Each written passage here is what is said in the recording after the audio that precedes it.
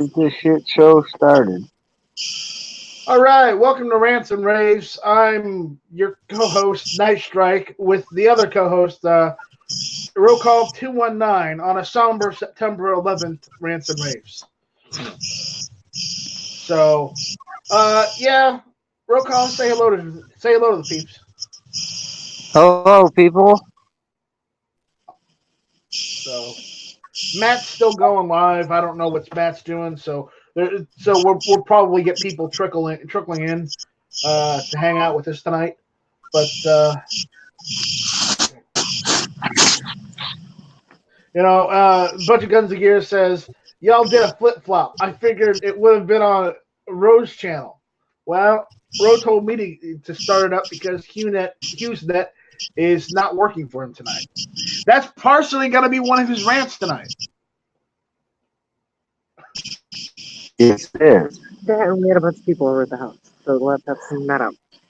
And Cindy wants to be the peanut gallery tonight. Well, So Cindy's about to go to bed because Cindy's going to go before the morning. All right. Well, good night, Cindy. Good night.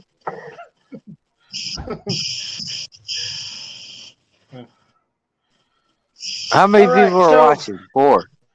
So we got obnoxious one saying 3. first, second. We've got Zorro out there. So we'll probably get more people in soon. Remember, if you guys don't say anything, we don't know you're out there. So go ahead and comment out there on the YouTube chat for us. All right.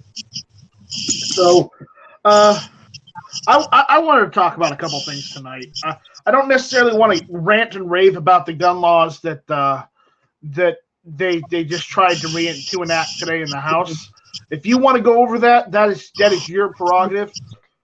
But I wanted to talk a little bit about September 11th, like we did on Match Chat. So I wondered if that would be all right with you. What do I want to talk about? I want to know what if you remember what happened on September 11th, 2001. Let me go back in the memory bank. September 11th, 2001. Well,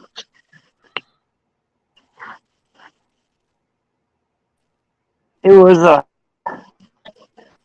chilly night in the state of Indiana on September 10th. I woke up out of a slumber to a duffel bag being thrown down the stairs. In the house that I was in, you had the stairs that came down, and the couch was right next to the stairs. And it was one of these dudes that I know. I wondered what was going on. And as I shed the sleepers from my eyes, I saw the second plane hit the World Trade Center 2. And I looked up at the top of the stairs, and the guy's in his fatigues. And I said, this is really bad. So I walked out there and grabbed his duffel bag and put it on the porch and put his hand on my shoulder. And he said, make sure you close everything up. I'm not coming back for a while. And as I handed him his duffel bag, he'd gotten to a dark tinted sedan, 4 doors. I remember might have been a Ford Focus, something of that nature, and he left. And he was in the National Guard, so that's how quick things got escalated when they activate the National Guard. And as I walked in there and sat down and watched everything unfold, it really sparked I don't know what you call it, patriotism, Americanism, nationalism.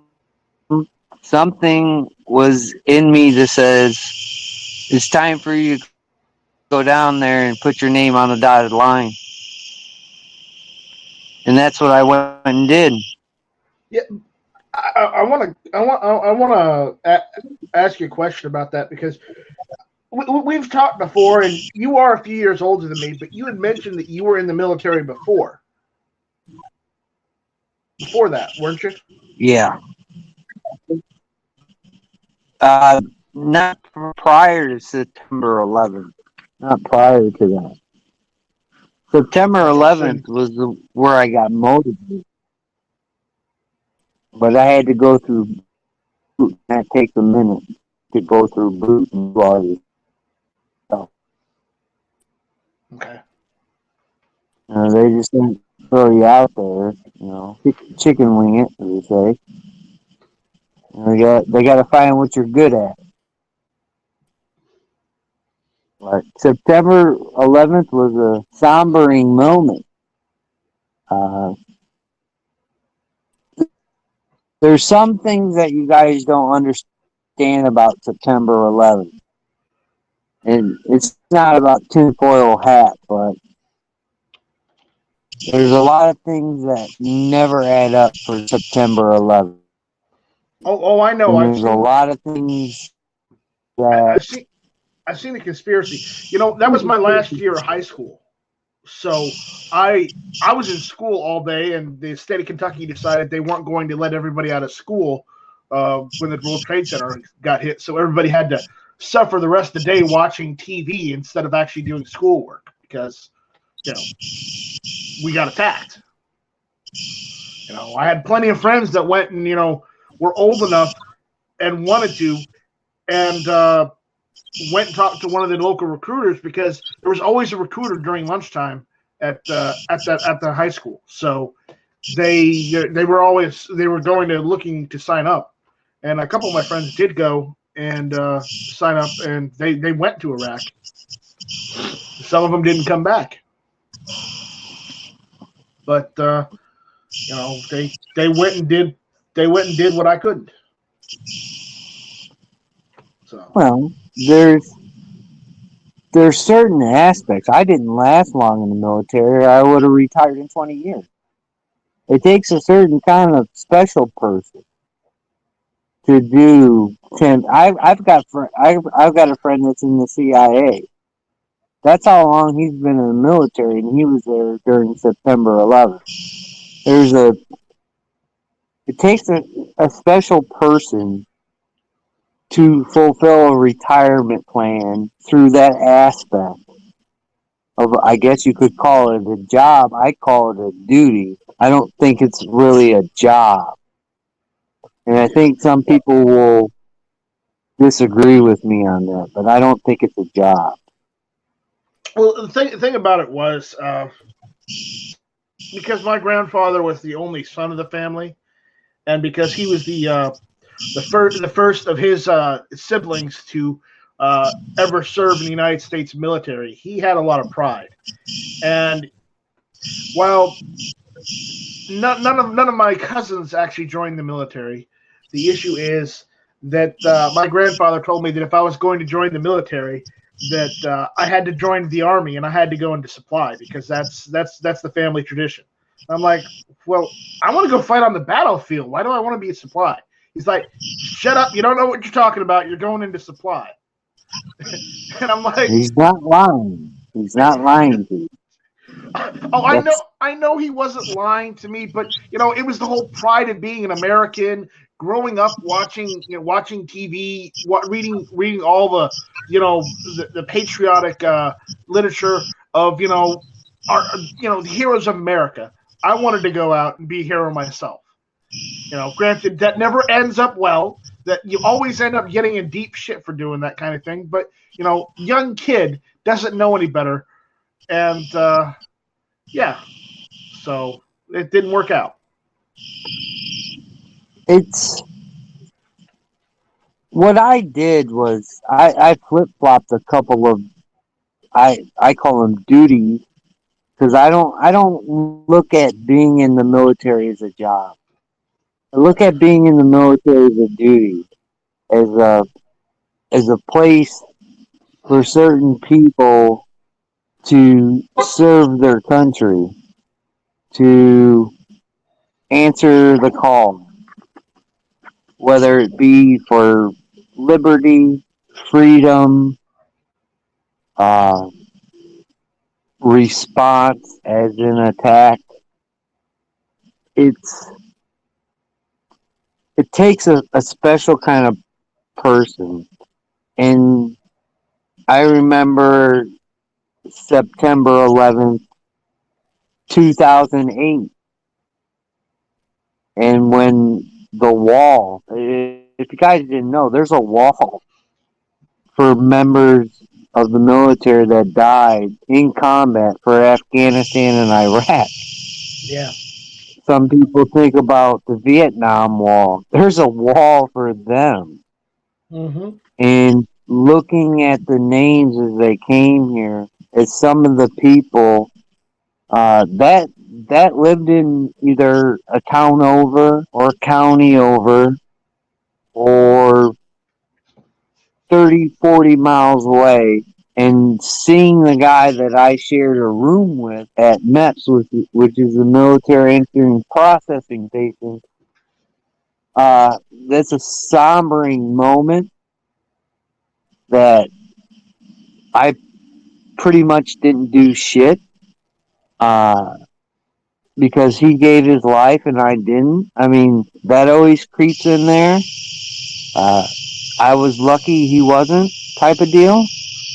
There's a lot of people that can go into that, but there's a lot of things that don't add up, and I want to put that in there.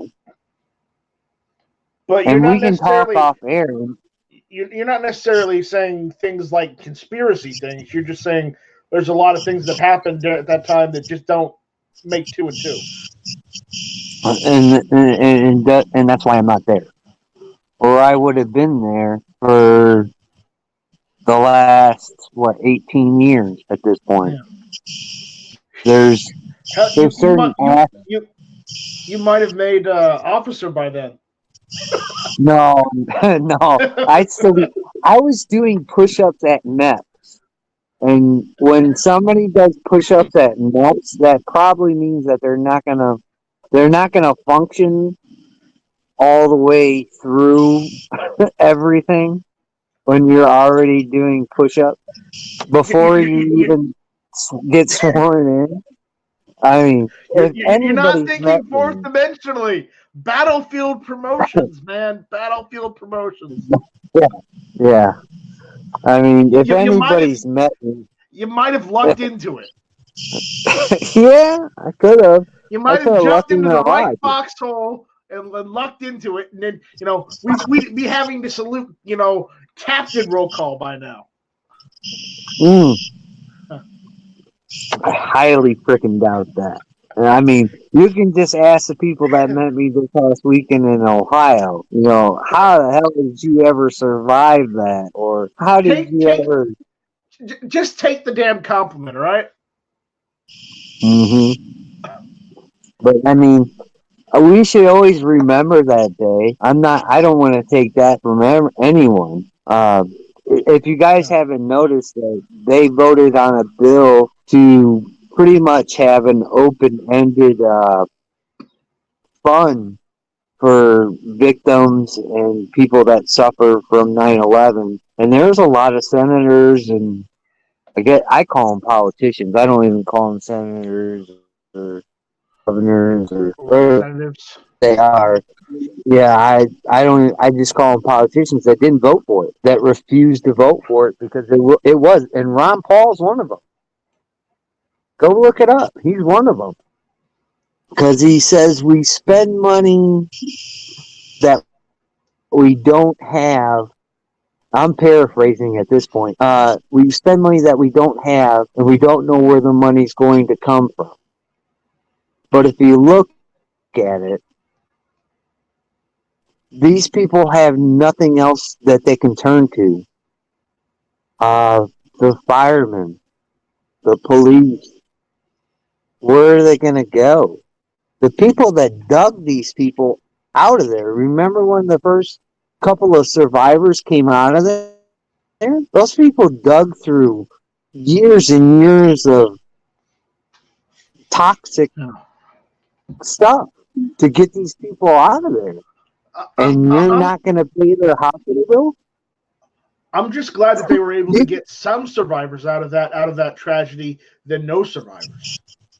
Well, you know what really flips the switch for me, Night Strike, is you're willing to pay for people's medical care that cross the border illegally, that commit a crime, as No, if it be a misdemeanor crime. I'm not willing to pay because I'm regardless of what orientation of Republican, I am a Republican. I'm not willing to pay some illegal criminals bills for hospitals, regardless of the reason. Because one, I don't live in California.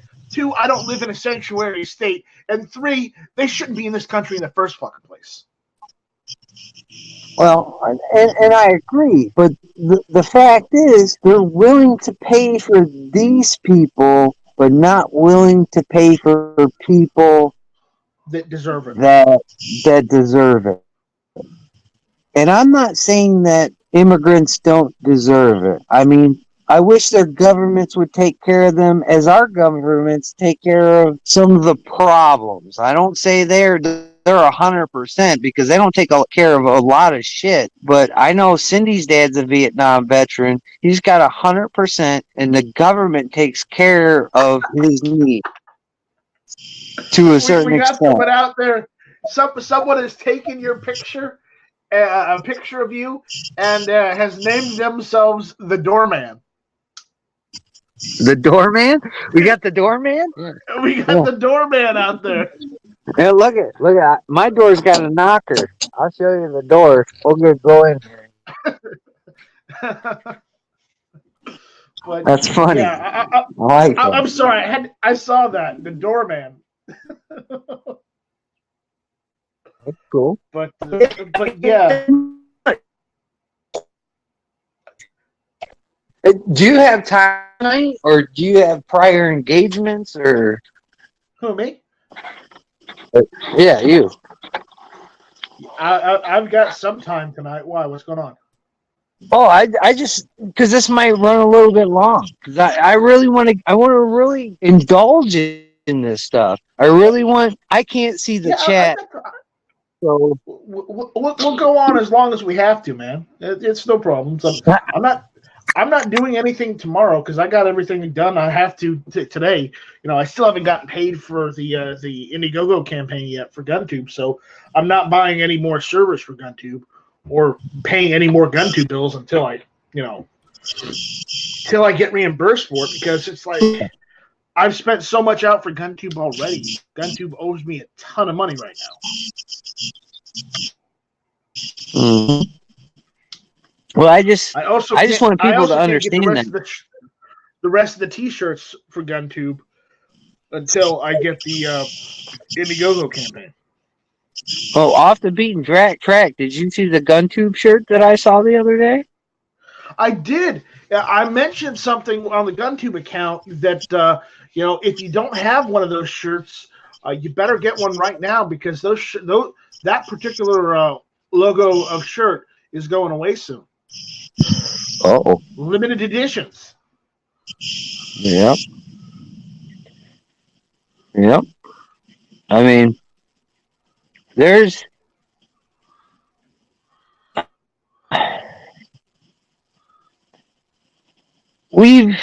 I think we have to come to terms one way or another. And I saw Matt's chat, or his small one that he had, the hasty tasty cakes chat that he had, and he's right, man. There came a point on that day, and the days to follow, the weeks to follow, the months to follow, the first year to follow, that we didn't really talk about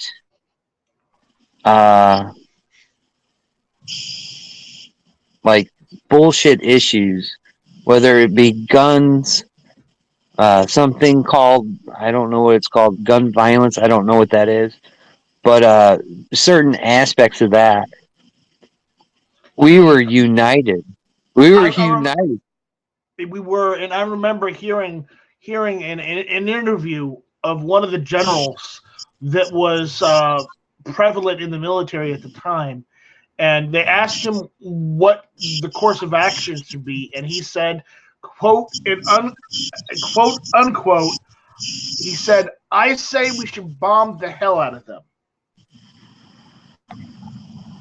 Yeah, I mean, I don't remember which general that was, but again, the fact that he went on national television and said, "I say we should bomb the hell out of them," that's that's that for a general, he probably is used to cursing a lot. Okay, I won't go get him there, but the fact that he said that really kind of woke, that it opens people's eyes that well, everybody, that shit had happened.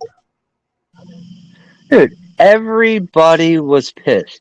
I don't recall a country that wasn't pissed. And there's even communist countries that were like, that's a little That's bit messed over up. the line. Yeah, that's fucked up. I mean, if they meant it or not, it they were like, well, that's not really that. That's not really good, and it's not really the way we want the world to kind of be.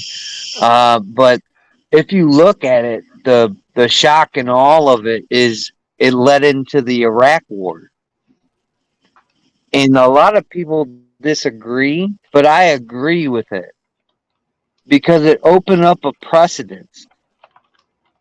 And this is what people really need to learn about 9/11. Not also that, a lot of people died. A lot of innocent people died, is this opened up to open-ended conflicts again. And the last couple of open-ended conflicts that we had didn't end well. Whether it been the Korean War or Vietnam, I mean, there's a lot of open-ended conflicts that came from this. And then some people say, "Well, you're bullshit." No, you had Libya, you had Egypt,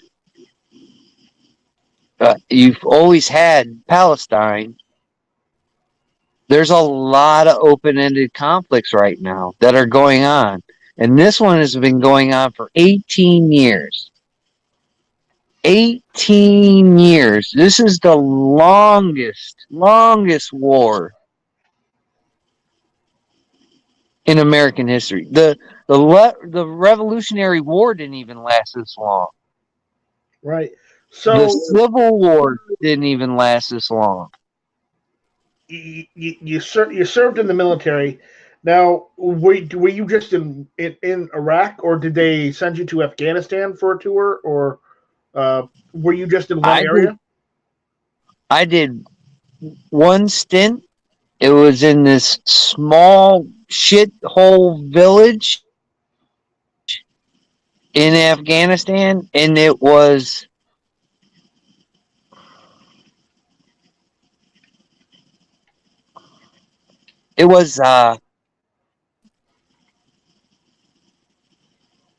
I don't want to say it was degrading to a certain extent because it was a well-populated field of narcotics,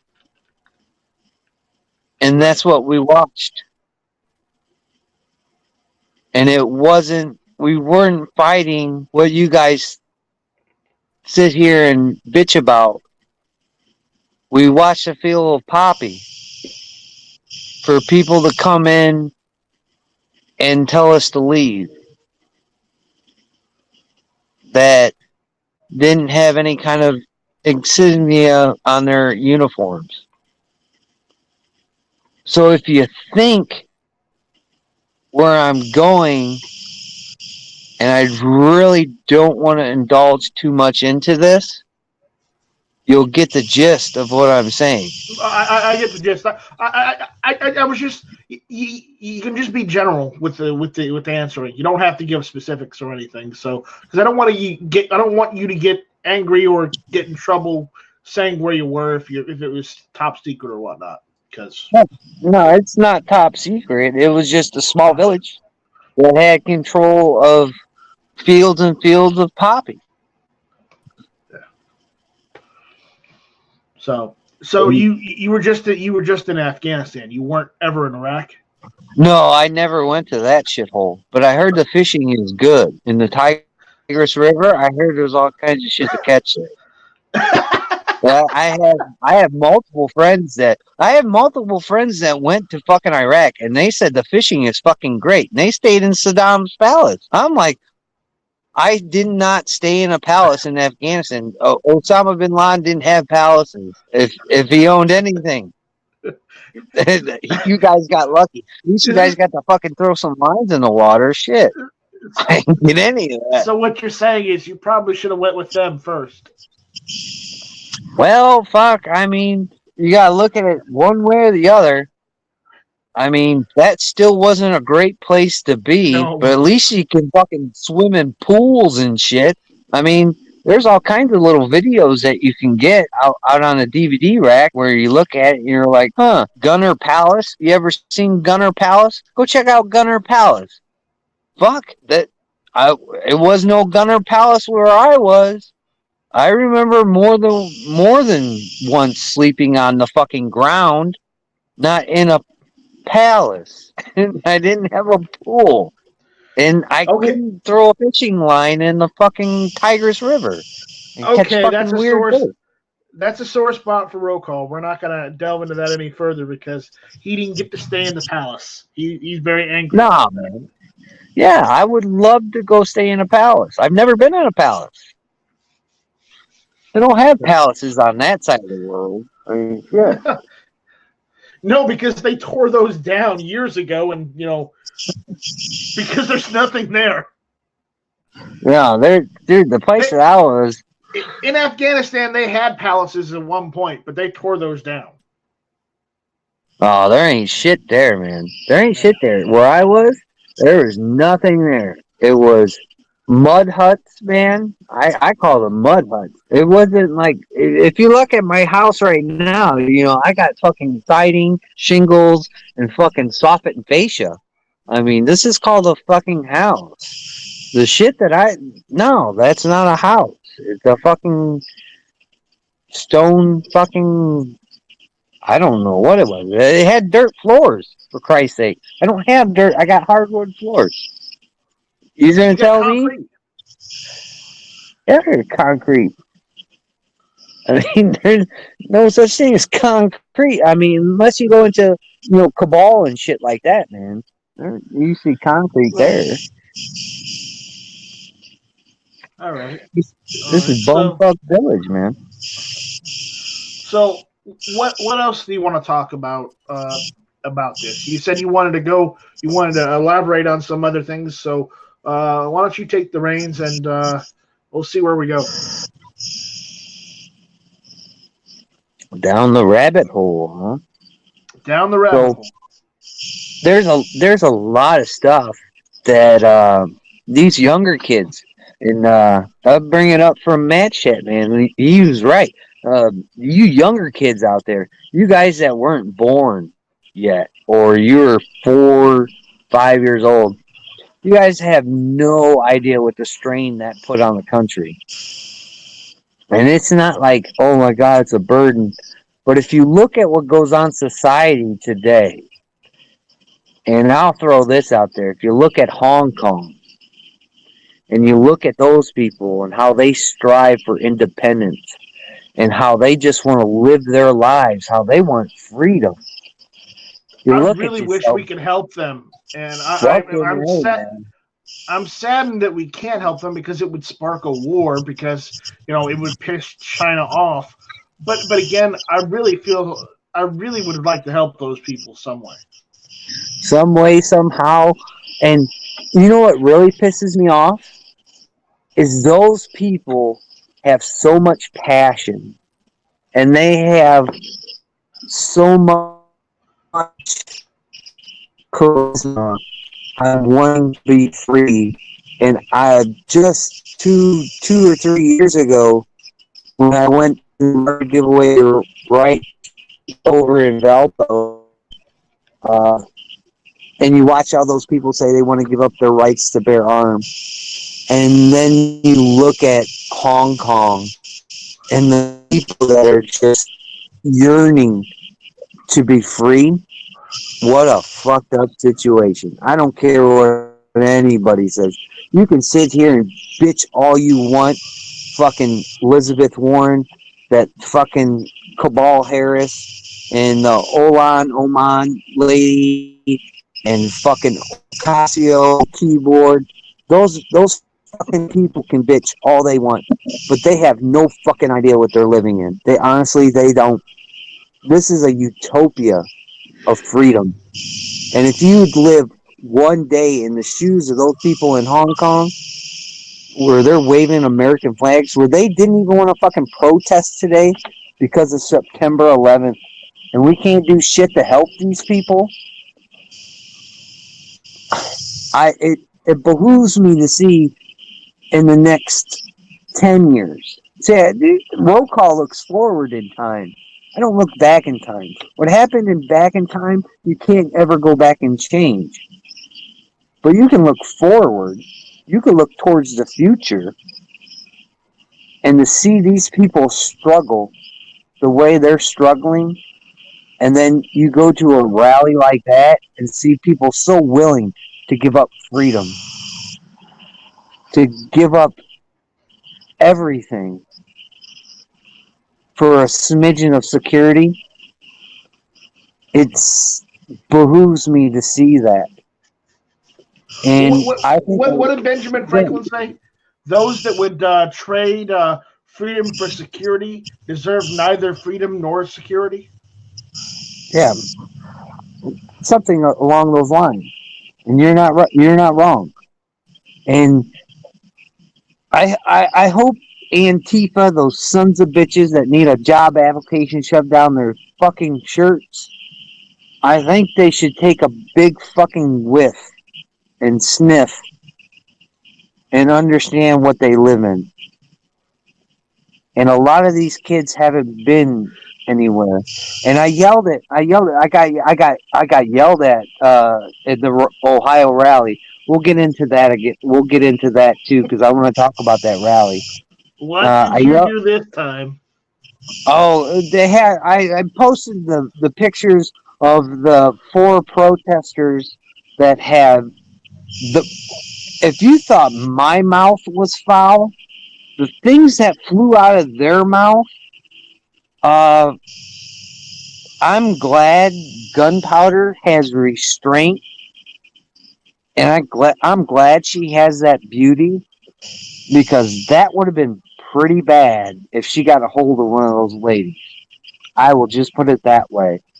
And I hope Budget, he tried to record them, but it seemed every time you put a camera in front of their face, they kind of perked up to be kind of cordial.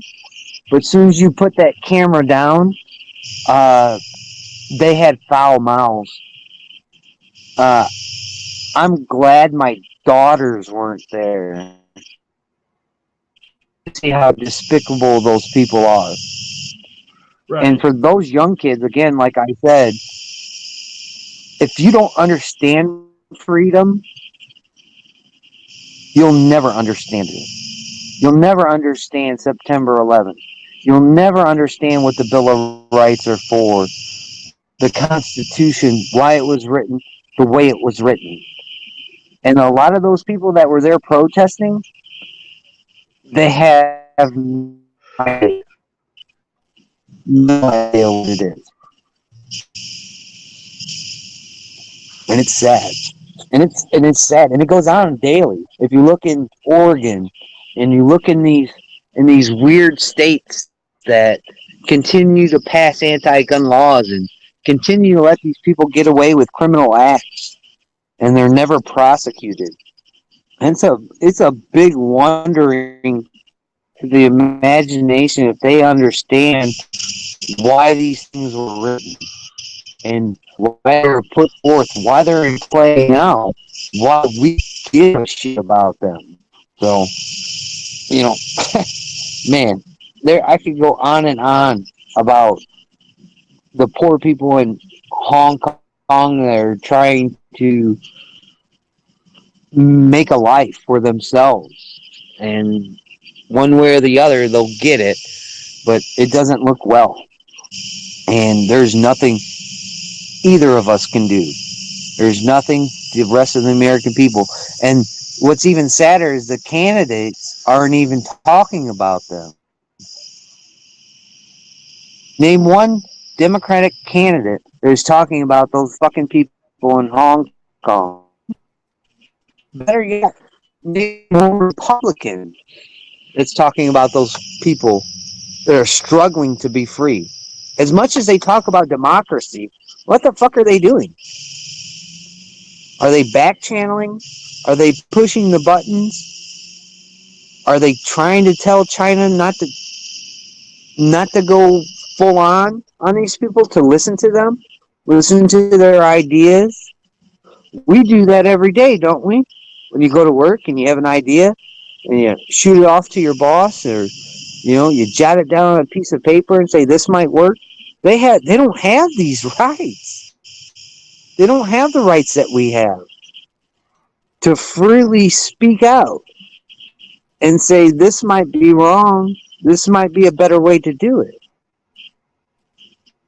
But none of these people are, not even Trump, talking about it. Come on, man. Get on the level. Are we gonna half-ass this one too? Come on. I mean, well, that's part of the chorus. But Mm. no, we're not going to half-ass this one. But I don't know how to respond to that. I mean, I can't say it any better than you have. Dude, it's disturbing. I It mean, is.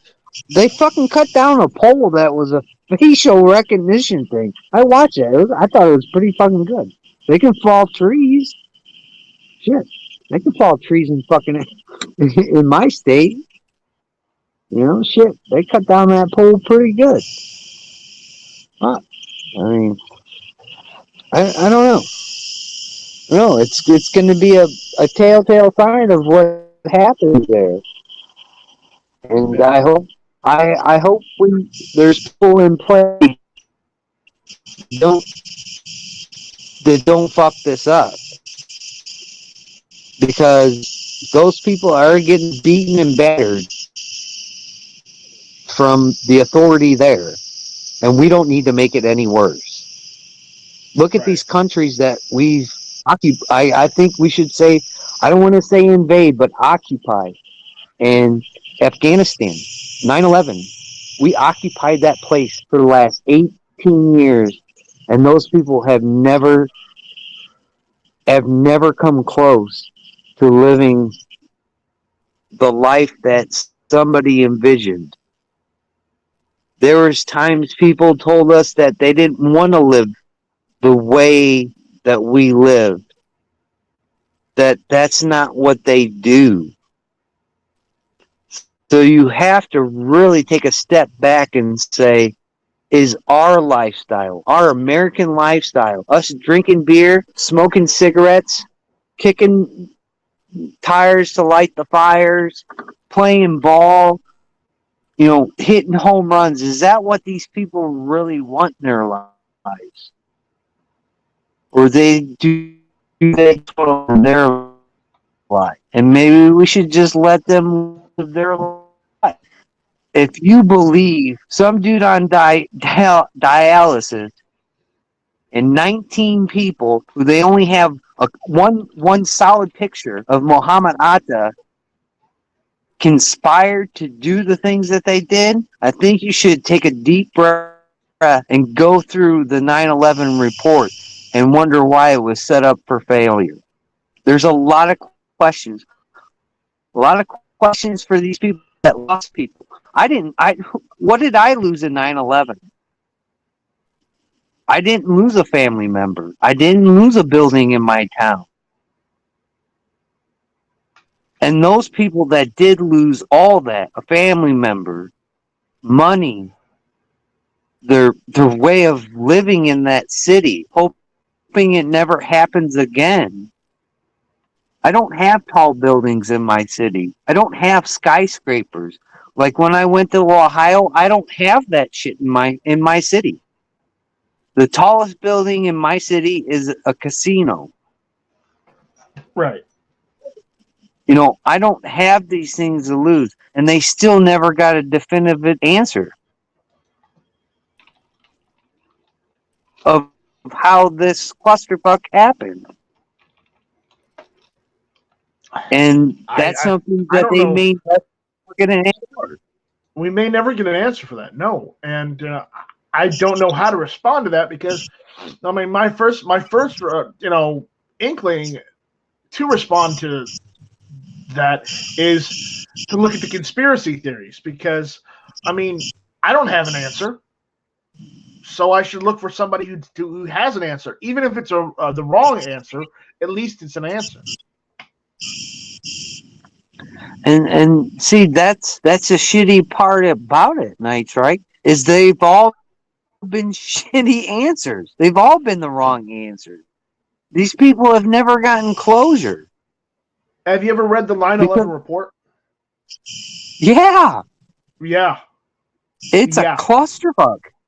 It is, dude. That's the worst shit, dude. That's like, if I wrote a report like that in school, I'd get an F. But apparently, they can release that. They can release that as documented proof, and I say that with air quotes, and apparently get away with that, nationally. But if I wrote something like that, I would get an F on it. In school, dude, I don't think I can. Because when 9/11 happened, I was in my last year of high school, dude. Right. I almost joined the military. I didn't. I ended up not joining the military, but I almost did. There might be another reality where Night Strike joined the military. Who knows? I don't know. I just think it's sad, man. It's sad, and I don't think those people will ever get closure. And I think they'll look at this could always happen again. You might want to turn your camera it should off. never happen again. Okay. There you go. Because you're jumping in around, and people want to hear what you have to say. Well, I just always remember, man, that my friends died. People that were firefighters, their friends died. People that were cops, their friends died. People in those buildings, their family members died. And I'd sure to hope they didn't die in vain for a bullshit excuse. No matter what it is, whether it be for oil, it be for poppy, for land, anything. And I think those people deserve a reasonable explanation. Because you have to remember, Cheney, Bush, all of them went into that room, not under oath, not recorded, and pled their case.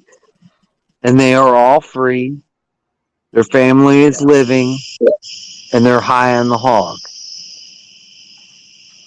So 9/11's a sore spot for me. I went somewhere to do something, and it wasn't what I thought it was, what I was supposed to do. And it raises my concern. That's why I don't tell my children to go into the military. That's why I tell them to be cautious of control. it's always good to be chaos and not the control. Because the Right. control can never determine the chaos. If that makes sense. Okay. I have to use the cam real quick, so I'll be right back. Go ahead. I think we've got time. I can't see out in the chat what you guys are doing or saying or what your thoughts are or where you were. But if you're as old as me, you know where you were, you know what you were doing. Oh, it's All right, I'm back. It's fine. God, what did you do? Right. Pinch it off? Yeah, that would took shit. No, I had to take care of something. It was nothing. Don't worry about it. So yeah, we got a lot of chatter out there on the YouTube side. I Yeah, don't what know are they? where What to. is, these people are here for a reason. So Yeah, they're here for a let's hear reason. their reasoning. Let's So hear their reasoning. all right. Uh, so uh, okay. So where do you want to start? Let's ask people what they were doing on September 11th. Then. Yeah. What were you doing on September 11th? You don't So have to go into great detail, but what you were doing and your thoughts when so you turned on that TV screen. How about that one? yeah, why don't we go with that? So guys, we'll let you get your collections typed out, and we'll read them and go over them, and we'll talk about it. All right. Yeah. So, So this is what we're here for. We're here to talk about this stuff. Get it off your chest. Scribbler says I could be on a show while Night Strike takes a break. Yeah. Ha ha ha ha. Hey man, if you ain't never met Squib's a cool dude. I mean, we may not agree on certain things, but Squib's okay in my book, especially when he brings an AK to a rally. I don't. I'm not sure I want to meet Squib. I really want to meet Forklift Guy. Forklift Guy is the real hero. Squib's all right in my book. I know. I'm just making a joke here. Squib's fine, but I don't know about anybody else's book. But Forklift Guy is the real hero.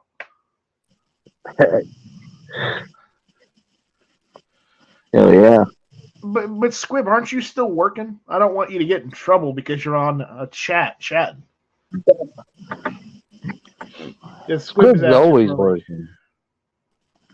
Squib's always working. He's always doing something. He's always doing something. He's always on some forklift or on top of a roof looking at lightning. I couldn't keep tabs on him at the rally to ask him questions. Can we go into the rally business? Anybody else have any other where you were that day? Anybody else? I don't want to cut them people off. We got some answers. All right. Okay. Clover Tack. Kiki Sphincter is waving. Clover Tack said had a very early service call that morning. Stopped by my grandmother's on the way home. The first plane had just hit. Stayed there pretty much the rest of the day. Okay. Yeah. Yeah. Everybody was pretty much glued to the TV. Armament Naxxes is asking us to give him a link so he can regale us about the F-16s going supersonic over his house on his son's 13th birthday. Oh. So wait, Hellclimb's birthday is September 11th? My stepdaughter Emily just had her birthday tonight. We had a bunch of people over here. We were hanging out watching the deer do what deer do. And yeah, September 11th is. Squiblift is saying, "Am I gonna have to bring a forklift to NRAM?" You just might. You just might because forklift guy is the real hero. And Squib wants me to give him a link so we can talk about the rally, but I wanted to continue on with this September 11th stuff. I mean, I know the rally was important, but I don't think we should cheapen September 11th and say it wasn't important because it was really fucking important. Everything was important. Everything was important that day. I mean, Clover Tax just threw it all out there, man. You know, Yeah. I mean, everybody. I I was mean, glued to the TV. Fuck, so man. like me, Rupert RX was in school that day. He was in the 8th grade. Okay. There you go. Vandalisticus Vlog says his brother's birthday was 9/11. There's a So lot of people that you would be amazed of how many people were born September 11th, 2001. but There's a lot of people that were born that day. apparently Hillclimb, Ohio's birthday is today, September 11th. He turned 31. Happy birthday. Happy birthday, Hillclimb, Ohio. Keep your dad's ass in line. Because the summit's coming up. Don't forget about that. That's this weekend. All right, so Keep Tennessee his Gun ass in Guy line. says I was in the 4th grade on in Fort Campbell in Kentucky. Before I left school, I didn't have a chance to see my dad before he went off on assignment. He was 160th attached to the 5th group. There you go. I mean, I think. Tennessee Gun Guy. That means that you and I were both in Kentucky on that day because Mm, I was in school in Kentucky. So, there you go. Ozzy's out there saying Shoot. on 9/11, 2001, I just started my morning coffee, turned on the TV just for the noise. The first plane had already hit. The second plane hit just a couple of minutes after I started watching. Yeah. Uh, when I was in school, after the business, I got done with the business course. I had a computer course, and we had the TV on, and we were half of us were playing video games on the computers, and the other half were watching TV. That's how that computer course went that day. But the thing is, I mean, I turned around and looked, and it was just right after the first plane had hit, and then apparently they were playing a replay. They're like, this just did. Another plane has hit the World Trade Center, and they were playing the first replay of the second plane crashing into the next building.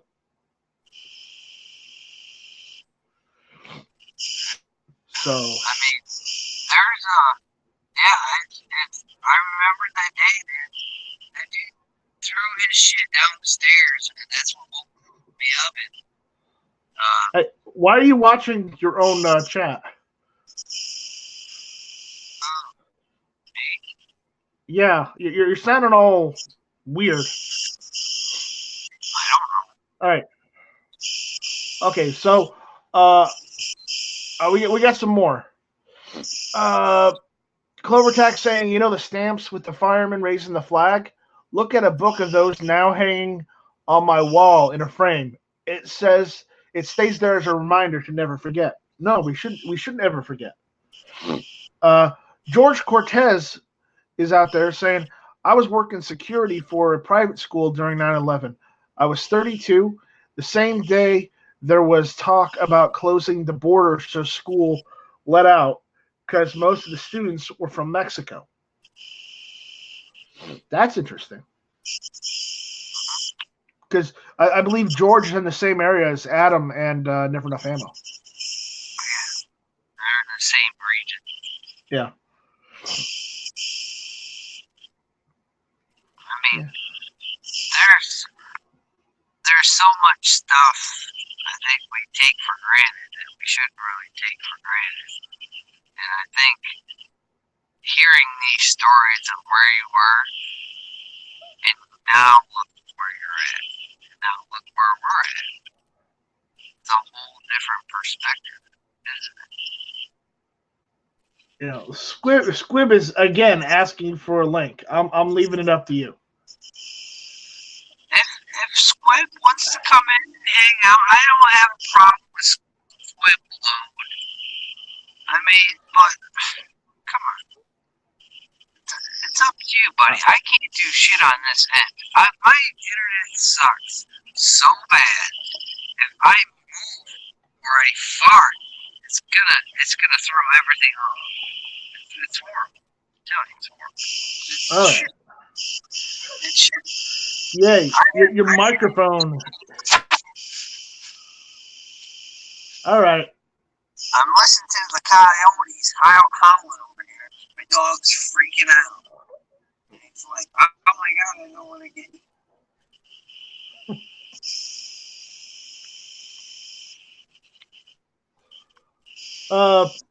Tennessee Gun Guy says 11 years after 9/11, I was in Afghanistan flying RQ-7Bs in the same skies my dad flew all those years ago.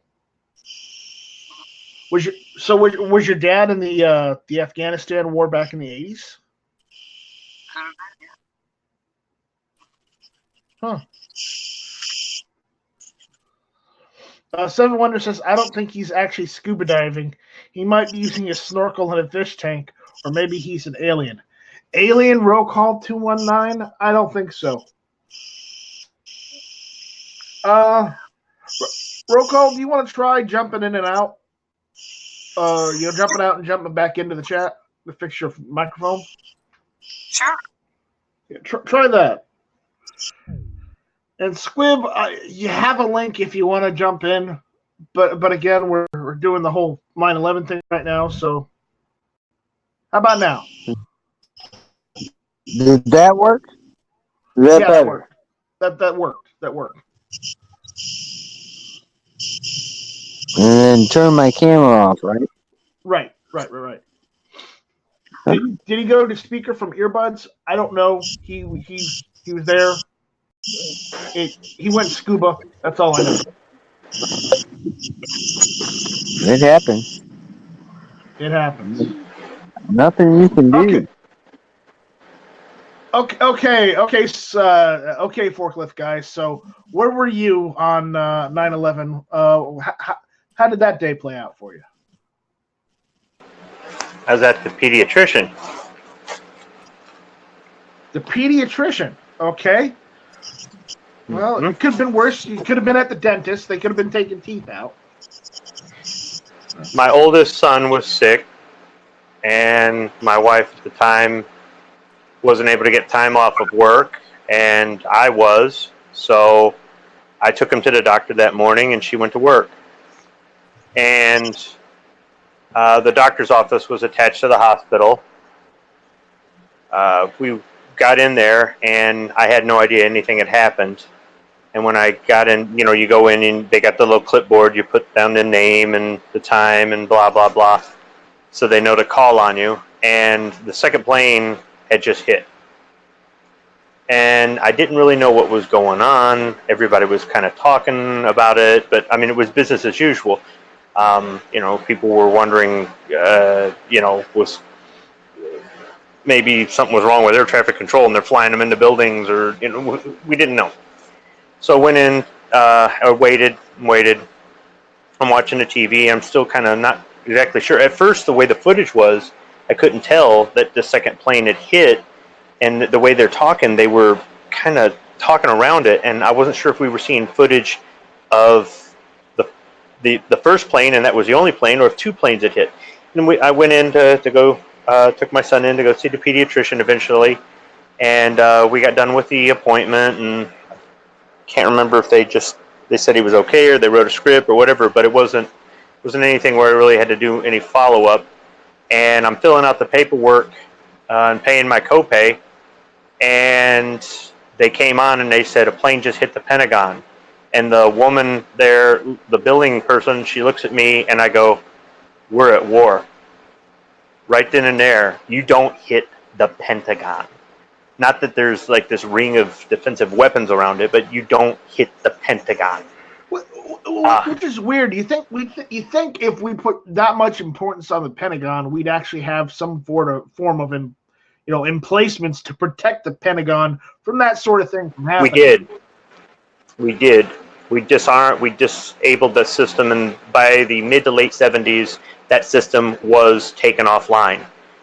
Most of our major cities were surrounded by missile batteries. There's some of them that are still there. They're just shells of what they used to be. Some of them have been converted into other things, public land for different things. Some of them have been bought privately. One of them is still in mint condition outside of San Francisco, and you can go there and actually see the missile batteries. But since the 50s till almost 1980, we had missile batteries all around all of our cities, and if that technology had been left alone, they might have been able to do something about the Pentagon. I don't think they would have known, the reaction time by the time the second plane hit. But if there had been multiple planes, let's say there were 6 or 8 or 10 planes, and they still had the Nike missile batteries, they would have been able to shoot them down. Right. But there'd still be casualties on the ground, because at the time those batteries were put into place, those areas were rural. Now those are all cities. Well, not all, but a lot of them are cities. So I've been to a couple of them, and it's really kind of interesting, part of our military history that's gone. But anyhow, I got down to the parking structure with my son, and I pulled out my cell phone, this old analog flip phone, and I tried to call my wife. Well, I tried to call my wife, and I got that beeping, right, like a busy signal kind of thing. I tried calling her and calling her and calling her, and it wouldn't work. And I said, this is bad. This is real bad. So I decided to take my son home to go watch TV and see what was going on. And on the way home, I stopped and I filled up the truck, because I remember the first Gulf War. The morning after they invaded Kuwait, gas went from 78 cents to like $1.25. And back then that was, I mean, you guys weren't even alive or don't remember gas being under $1. But I mean, during the first Gulf War, they gouged the crap out of gas, and it never really came back. Right. And what's funny is some of the gas stations in our area were, they had them on TV the next day on September 12th, because they brought gas up to like $5. It was crazy. So I filled up the truck with gas and went home, and I'm watching this on TV, and I had the same, I guess, outlook as everybody else. It's like watching a movie, except this is real. And the last time I seen somebody die on TV was in 1986. So, and it was the same sort of way. Something in the sky blows up, and it was just like, I mean, you didn't necessarily you knew people were in those buildings, you knew stuff was going on, but they just replay the loop over and over and over again. And I didn't think the buildings were going to come down. And when they came down, I just, wow. Well, and it wasn't. I just want to jump in real quick. Here's what we have to realize. We really, right now, even now, we don't know whether the people that were in those planes, aside from the terrorists, were actually living when those planes crashed into the building, or if the terrorists killed everyone and then they were alive. They were on the phone right up until the crash. Okay. They were on the phone. They were alive. They were alive. Okay. Yeah, they were alive. And the thing is, when we were at the doctor's office, the same woman I talked to when I said we're at war, she said, "Well, don't you think those buildings will topple over?" And I said, "No." I said, a bomber crashed into the Empire State Building like back in the 30s or something, and they were able to put out the fire. Well, the Empire State Building is built differently than the World Trade Center, and that bomber had avgas, not jet fuel, and a lot less of it.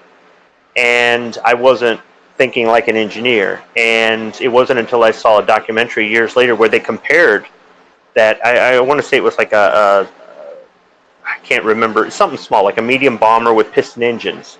They actually compared the World Trade Center crashes to that crash in the 1930s, and were able to explain why one took a building down and one didn't. And it's like, okay, yeah, this all makes sense now. And when I saw the buildings come down, I just couldn't believe it, We got a few questions out there. Maybe you can answer them. Clovertac was asking, the Pentagon is mostly clerical, at least at the upper levels, anyway, right? Yeah, it's a lot of offices and meeting rooms and computer server rooms and garbage like that. I mean, there's a hot dog sandwich stand in the middle of it, but I've jogged around the Pentagon. It's a big concrete building. The Pentagon wasn't designed to be the Department of War. At the time, it would have been the War Department, the Department of War headquarters. The Pentagon was designed to be a hospital. They were expecting so many casualties after the mainland invasion of Japan that the Pentagon was going to be, this is what I heard about it, it was going to be a hospital for all the casualties that came back. So, and somebody could say, no, that's the, well, hey, that's what I heard. And I understand that the Pentagon wasn't it built on September 11th, 1944 or something like that? Either the day it started or the day it was completed was September 11th? September 11th, 1941. No, construction started on September 11th. Okay. So, I mean, it's big enough that you can jog around it and get some good exercise. It's supposed to be the largest building by square footage or something, or at least it was. I don't know if it still is, but it's all the branches that are military are there, and there's a lot of command structure in there, and but the Pentagon is so big that you would think it would house everything. The overflow for the Pentagon is in Millington, Tennessee. They actually ran out of room, and they have annex offices or whatever you want to call it. Not really annex because it's not next door, but they actually converted Naval Air Station Millington, Tennessee into the where they put all everything they can't fit in the Pentagon. So, and that's more clerical. They took the old buildings there and just offices and things like that. But Tennessee Gun Guy says his dad was flying in the country from 2001 to 2003, but he was Special Operations Aviation Regiment and had done some hush-hush things in the Middle East since the 80s. Okay. I decided I couldn't stay home any longer, and I decided to drive up to work. I mean, I had the day off, but decided that, and I kind of wanted to drive around and just see the state of things. Were there going to be long lines at gas stations? Was there a lot of traffic? Were people trying to hurry home? Were they sending the kids home from school? What was going on? So I lived one county over from where I worked, and I drove over to work, and they had managed to lower the flags to half staff. That was my job. And they had managed to do that, and I talked to one of the managers there, and he had the same reaction as me. Well, I guess we're at war. And, everything was okay at work, and I just wanted to make sure everything was fine over there. I guess I was just kind of concerned. So, me and my son drove home, and, my wife at the time, she said that they were listening on the radio, but they really didn't have a whole lot of information. She didn't really learn a lot until she came home from work that day. They kept everybody at work and some places were letting people out of work and letting people out of school, and some places weren't. The radio show I listened to in the morning, the Drew and Mike show, is the most popular show in the Detroit area for 22 years straight. They normally got off at 10 or 11 in the morning. They stayed on until about 4:30 that day, and then I think they stayed on until 4:30 the next day. And then the next day, I think they stayed on until like 2 or 2:30. And that was unprecedented for them to run the shows that long. And every year on September 11th, they would play parts of the original show because they were in disbelief like everybody else. And it was just sort of something that they did in this area for a while, and they would bring up new stuff and interview people, and I always thought it was a really good tribute. The other thing I remember was after September 11th, there were two things. We were in the flight path of Detroit Metro Airport, and next door to us was the Troy Oakland Airport. And when all the aircraft were grounded, it was kind of weird. The only thing we ever saw fly over were F-16s from Selfridge International Guard Base, which they scrambled the ready alert from the base that's an hour from my home to go after the flight in Pennsylvania. A lot of people think that it got shot down or they sent the planes from another place, but they scrambled. They have two F-16s setting at the end of the runway. They've had them there since the Cold War when they had F-4 Phantoms that are on a ready alert. And they weren't armed, and they just sent them up and they never caught them. They never made it. But what were they going to do? They could ram them or try to intimidate them. But they launched those planes from here in Michigan, and that was really the only air traffic we saw for days. We were used to seeing jets coming in the landing pattern all day long, and nothing. It was just kind of eerie. Another thing was American flags. People were buying American flags like crazy for weeks and months after September 11th. Everybody was flying the American flag. They actually came to our place and stole the flag off the flagpole. And every one of my suppliers, local and on the internet or whatnot, they were all out of stock. I eventually found a way to get a flag. I got what they call a storm flag, which is an odd-sized flag that you fly in inclement weather. And I used that as our American flag until flags came in stock. But they were sold out everywhere. Everybody was buying them. And I guess we weren't the only place that had the flag stolen off the flagpole. It was just really weird.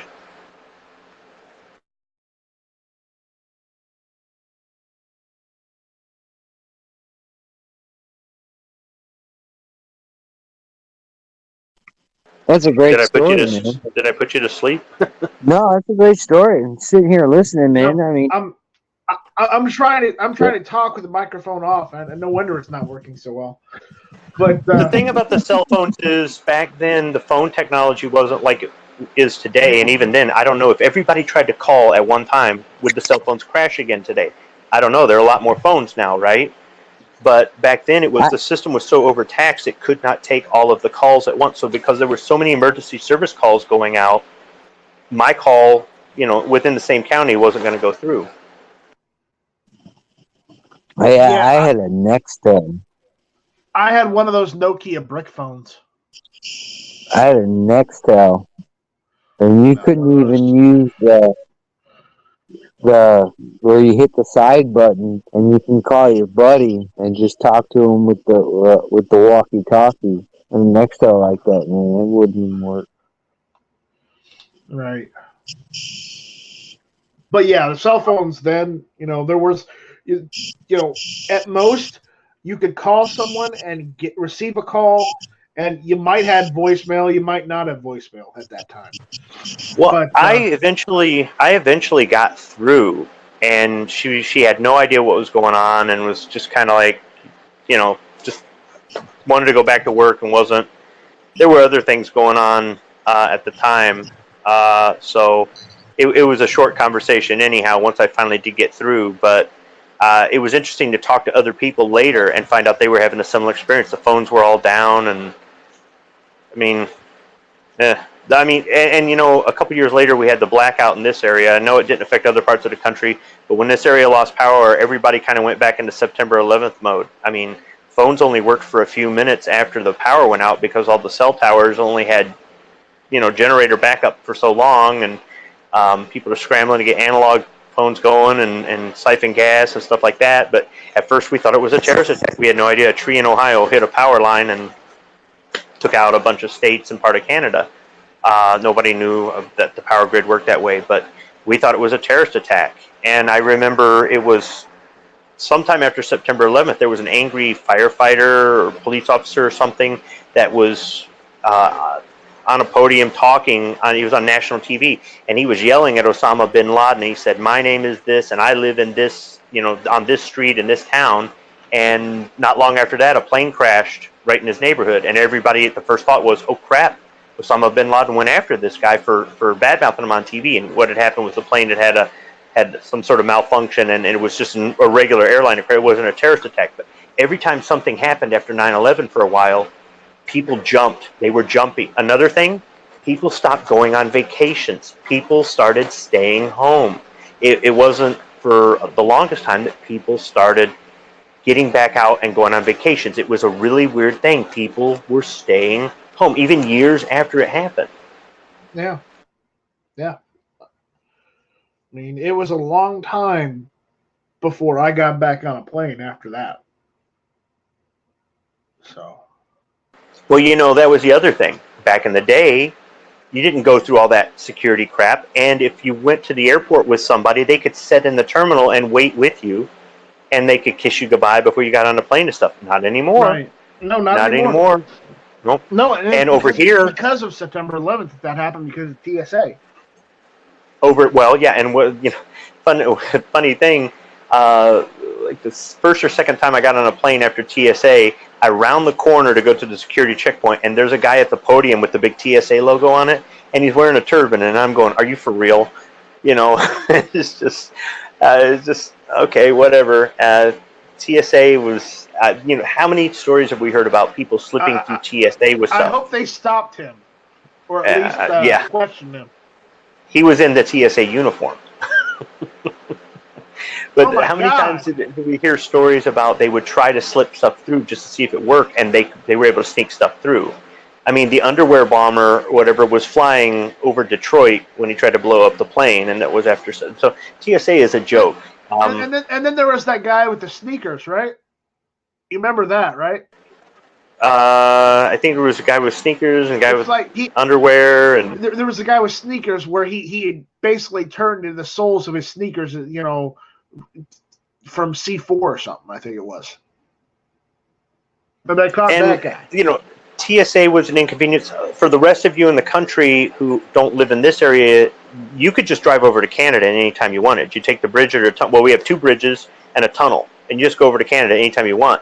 And your money would go a little bit further over there, or they had gambling over there at the time they didn't have it here, or a lot of guys would go to the strip clubs there in Windsor, or whatever it was. All you needed was your driver's license. Oh, not after September 11th. Now you had to have like a passport, your birth certificate, social security card. Now they've got the enhanced driver's license that you can get, which is sort of like a stopgap where you don't have to bring tons of paperwork. The real ID, yeah. No, not the real ID. No, this is different than what we have over here. What is called an enhanced driver's license, where you don't need like 2 or 3 additional forms of ID in order to go over to Canada. Like I said, it used to just be your driver's license. Another thing that I thought was weird was after the Oklahoma City bombing, the whole Timothy McVeigh thing, you could still rent a moving van and it was no big deal. But after September 11th, they started doing this thing where you had to bring in your birth certificate to rent a moving van at certain places. And I'm like, oh, I see. Somebody uses a moving van to commit a terror act and it's no big deal. But somebody flies a plane into a building and now suddenly it's like, oh, hey, maybe we should do something. And I really didn't see what the birth certificate did to stop somebody from using that as a terrorist thing. I mean, somebody hijacked a FedEx airplane in 1995, and it's very little known. And then wasn't there that guy 2 years ago that stole that commercial plane and was just doing loop-de-loops over a lake before he put the thing in it? He wanted to commit suicide with people think that these things have keys or some code you type in or whatever, and no, they're fully fueled and ready to go. So I mean, or you remember that one time that guy took that private small airplane and crashed right into one of the IRS buildings? No, but I remember when the guy crashed a Cessna on the White House lawn. Yeah, that was fun. Yeah. Yeah. So I mean, there's all kinds of things that you would think even afterward with all the extra security stuff isn't going to happen, but things are always going to happen. It's kind of like every time there's one of these mass murders with a gun and they propose all this legislation that isn't going to make anybody any safer. And even the things we propose, like getting rid of gun-free zones and having national constitutional carry, it still wouldn't stop everything. It would stop a lot, but it wouldn't stop everything. The TSA stopped some things, but they didn't stop everything. They don't stop everything. No, and no matter what law, what contingency you put in place, you're never going to stop everything 100%. There's always going to be that margin of error, or that one thing you overlooked, or that one person you didn't talk to that may or may not have made it or broke it. Now, there is one thing I want to mention out there. George Cortez is saying, a few days after 9/11, a bridge leading to South Padre Island, a section fell into the bay with a few cars. People thought it was a terrorist attack, but apparently the bridge just gave out. Yeah, and see, that's what I mean. People would have, if 9/11 didn't happen, these other incidents, they would have never even considered them a terrorist attack. But now everybody was on edge. So it's been so long. And I'm not saying we need another terrorist attack. I hope we never get another one. But think about this. Think about the Battle of Los Angeles, right?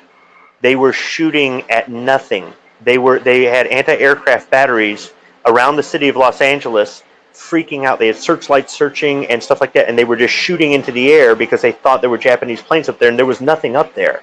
and it's called the Battle of Los Angeles. It happened in 1942, and they were so on edge. They had all kinds of things going on during the war. They had smoke screen, I think, to cover the Sioux Locks up in northern Michigan. They had a fake town above factories in California so that if a bomber flew over, it wouldn't see factories. They had guys patrolling the coastline just in case Germans landed, saboteurs on the coastline, and they actually caught German saboteurs once. They put machine gun emplacements over top of the Hoover Dam in case saboteurs came up the Colorado River to blow up the dam. I mean, all kinds of things happened after World War II started that really weren't ever used or really didn't have a whole lot of success or really weren't. They were a deterrent, but they were never really needed. But we didn't know that, and people were on edge. So I think because society's gotten so comfortable, and I don't think people should have to live in fear and be on edge, but I think because society's gotten so comfortable, they've kind of forgotten that. I'm kind of glad that you're doing this show tonight. Say again? I said I'm kind of glad that you're doing this show tonight because people have gotten so comfortable. I'm not saying that people should be on edge like they were, but in 1942 and in 2001, people were on edge, I just think that we need to, I know Matt was talking about it so much, but again, I just think we need to stop and talk about it for a little bit because, it was September 11th. It was a pivotal point in America's history where for a few days, hell, even a week, where all of America was united for that one moment. And we need to remember that. Yes, there was bad things happened. Yes. But we also have to look at the positive that as a country, we were united. And I need to stress the whole united we stand, divided we fall. So let me pose this question. Based on the political climate today, with the man who's in office today, if 9/11 happened today, would we be united tomorrow? In this current political climate, I don't think so. Because of the situation that the Democrats are in now, all of the real Democrats, like the Roosevelt style Democrats, and some of the moderate Democrats are not in the party anymore, or they've been pushed out by the extremists, the liberals and the progressives and the socialists. It's not the Democratic Party anymore. It's a party of which I don't even know what the hell it is, but it's not the Democratic Party. That one thing is certain. They can call themselves Democrat all they want. They can use the donkey to call themselves an ass or for whatever it means. But the issue is they would find some way to blame the president instead of trying to find who is responsible. Because if you look at 9/11, what happened, everyone worked together to find who was responsible for the attack. And again, whether you believe that Osama bin Laden and the Taliban were responsible for the attack or not, or you believe it is somebody else, the issue is that we had a clear enemy at that point once we figured that out. I don't think if something like that were to happen today, that the far left or even the moderate Democrats who've been pushed out of their own party would try and work together with the other side, the Republicans, the independents, hell, anybody who's not Democrat. I don't think they would try and work together with them to try and find the real enemy and the real threat so that we could take care of it. I would throw this monkey in the wrench and say that after 9/11, everybody knew who have done what, when, and where. And I don't think if the Taliban did what they did, that Trump would have tried to meet with them at Camp David. I think the Taliban had nothing to do with it. They were just some shitty little group that formed and got big to a certain extent. I don't think the American people would say, "Yep, you go have a sit down with these people that perpetrated one of the most vicious attacks since Pearl Harbor." I don't think the Taliban had shit to do with anything. I think they were somebody that got sucked up into the vacuum of bureaucracy and bullshit, and they pretty much got hung out to dry from everyone. So those people pawned the blame off for what happened. I don't think what was reported where, the big meeting was canceled and this and that and the other thing, and it wasn't because somebody fucking shot some kind of rocket in Afghanistan. It would have been yesterday, but today is a different day in that country, type of All deal. right. I don't think. Good night, Tennessee gun guy. He's going to bed. Have a good night, buddy. Thanks for joining us. So, I just yeah, finish what you were going to say. I think that's the biggest fallacy of them all. I don't think the people that I've met couldn't probably fucking work a microwave.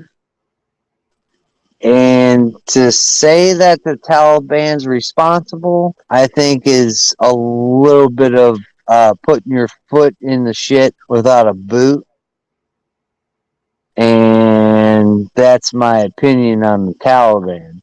I don't think they're well equipped to do something that happened on this sombering day. We got a couple of comments out there that I do want to go over. So, Clovertack is out there saying he believes that we would come together. I believe this country is not as bad as the media and the drama horrors we want you to believe. That may be true. That may be true. Blame it all on the Yankee Marshal. We blame it all on the Yankee Marshal. Everything gets blamed on the Yankee Marshal. Yeah. Vandalistic Vlog says, at Night Strike, I'm more interested in how quickly you'd move to war if there was another attack. I think you'd be surprised. Clovertack's going on to say, bull. 9/11 happened under Bush, which the left still bashes. It happened after hanging Chad, very similar to the Trump election. The people would rise above it. Well, okay. If you honestly believe that, Clover, I'm not going to argue with you. I tend to agree with that. I think in moments of peril, everything is thrown to the wayside and the big picture is put on front. I think there's a reason why it happened. There's a reason why everybody in the world came together. Right. Everybody came to the call. Clovertack goes on to say, the problem with any of the Islamic terrorists is that they are not a nation. They have no standing army or government. So it's really hard to pin it on any particular sect per se. Dude, they melted into the population. Right. You would give water to them one day. I remember this story. The same dude that threw his bag down the shithole. He said in Iraq, because that's where he served. He said when he went to a place, he threw water to people and MREs and all that shit that they did. But those are the same people that shot at him the next day. They melt back into the population. You will never, ever, unless, I don't know, unless you fight another nation that has a standing army at this point, you'll never see it again. Guerrilla warfare is the name of the game. And that's John what a Brown lot of Productions people... just jumped into the chat saying, "Hey, Night Strike and Roll Call." Hello. I think... Good. Evangelistica Vlogs is saying at Night Strike, I meant in terms of support from both sides. Yeah, I'm telling you, Evangelistica, you'd be surprised if America got attacked again like that today. You'd be surprised to see what happens. I would be surprised because I honestly don't know whether we'd go to war as quickly as we did then, or if something else entirely different happened. It's anybody's guess at this point. I think it's the way things are fought nowadays are different, and they're going to continue to evolve. And a lot of people don't understand that until you're on the other side of the spectrum. Again, you're not going to find Germans, Polish, Italians. You're never gonna find the shit that you see in any movie that you watch, any documentary on previous world wars. Until it happens with a country of like China or Russia, or you look at Pakistan, or you look at India. If you look at Iran, but even them will pull the old 1-2 punch that Vietnam did. Look, Vietnam's one of the biggest examples that you can ever have. And why they didn't learn from it? You have it now in Afghanistan, where you can't tell friend from foe. Nobody will ever put that patch on their arm and shoot whatever weapon they have, because they don't play that game. It's not like that. Conventional war is not war. You can't technically go to war with an ideology. That was why Bush was crucified daily. Every day. Every day he was hit with something other. And this is before he even got out of office. Rupan RX is asking who's vaping. You're not vaping, are you, Roll Call? No, those are called bugs. And they're really fucking shitty bugs. They're called that's the Roll Call's got locusts out there in the backyard, so watch out. Locusts suck. Yeah, you're gonna have to spray. Fuck that, man. We're gonna have to get HughesNet to come over here and fix my internet, my locust problem. Yeah. You want to do that first. But I'll tell you right now, don't ever get HughesNet. If they ever call you, if they ever send you something in the mail, right back on their little pamphlet, go fuck off, because their shit sucks. It's the most horrible shit. And dude, I got fiber optic internet. Why would I want shitty wireless internet? Because you don't live out in the BFE of Indiana. You know? You do live out in the middle of nowhere. But you I wanted live to in live the out middle there. of nowhere. This is the worst fucking internet I've ever had in my life. It's ridiculous. It's dumb. It's stupid. I don't see how this is the 20. You saw my tweet. Don't think I'm playing. This is the fucking 21st century. And you're telling me this is what I have to fucking deal with? You're out of your mind. I'm not having it. I know. Shit, Cindy called them and bitched and complained, and they're like, "We'll give you 6 months free." I don't give a shit about 6 months free of shit. Doesn't matter because I'm going to have to pay in the end. Just make my shit work. Make it work. That's all I ask. I don't want anything free. And you'd be like, oh my God, you're crazy. It's 6 months. 6 months of what? Sitting here on my porch because my shit still doesn't work. I have all kinds of data that I can't use because nothing fucking works.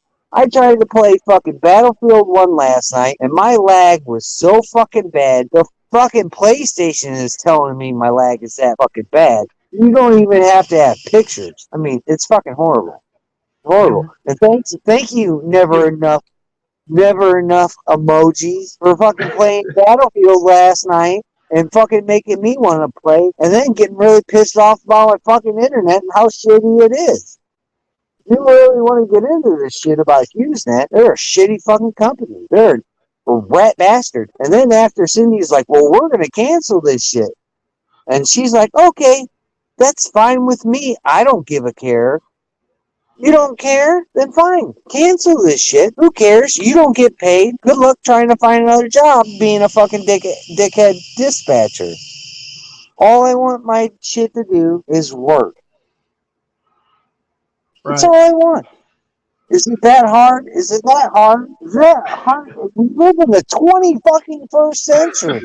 We have fiber optic cable. You can talk to yourself on fucking Alexa. You can do all kinds of shit. I mean, for fucking Christ's sake, you can order a pizza off your fucking phone.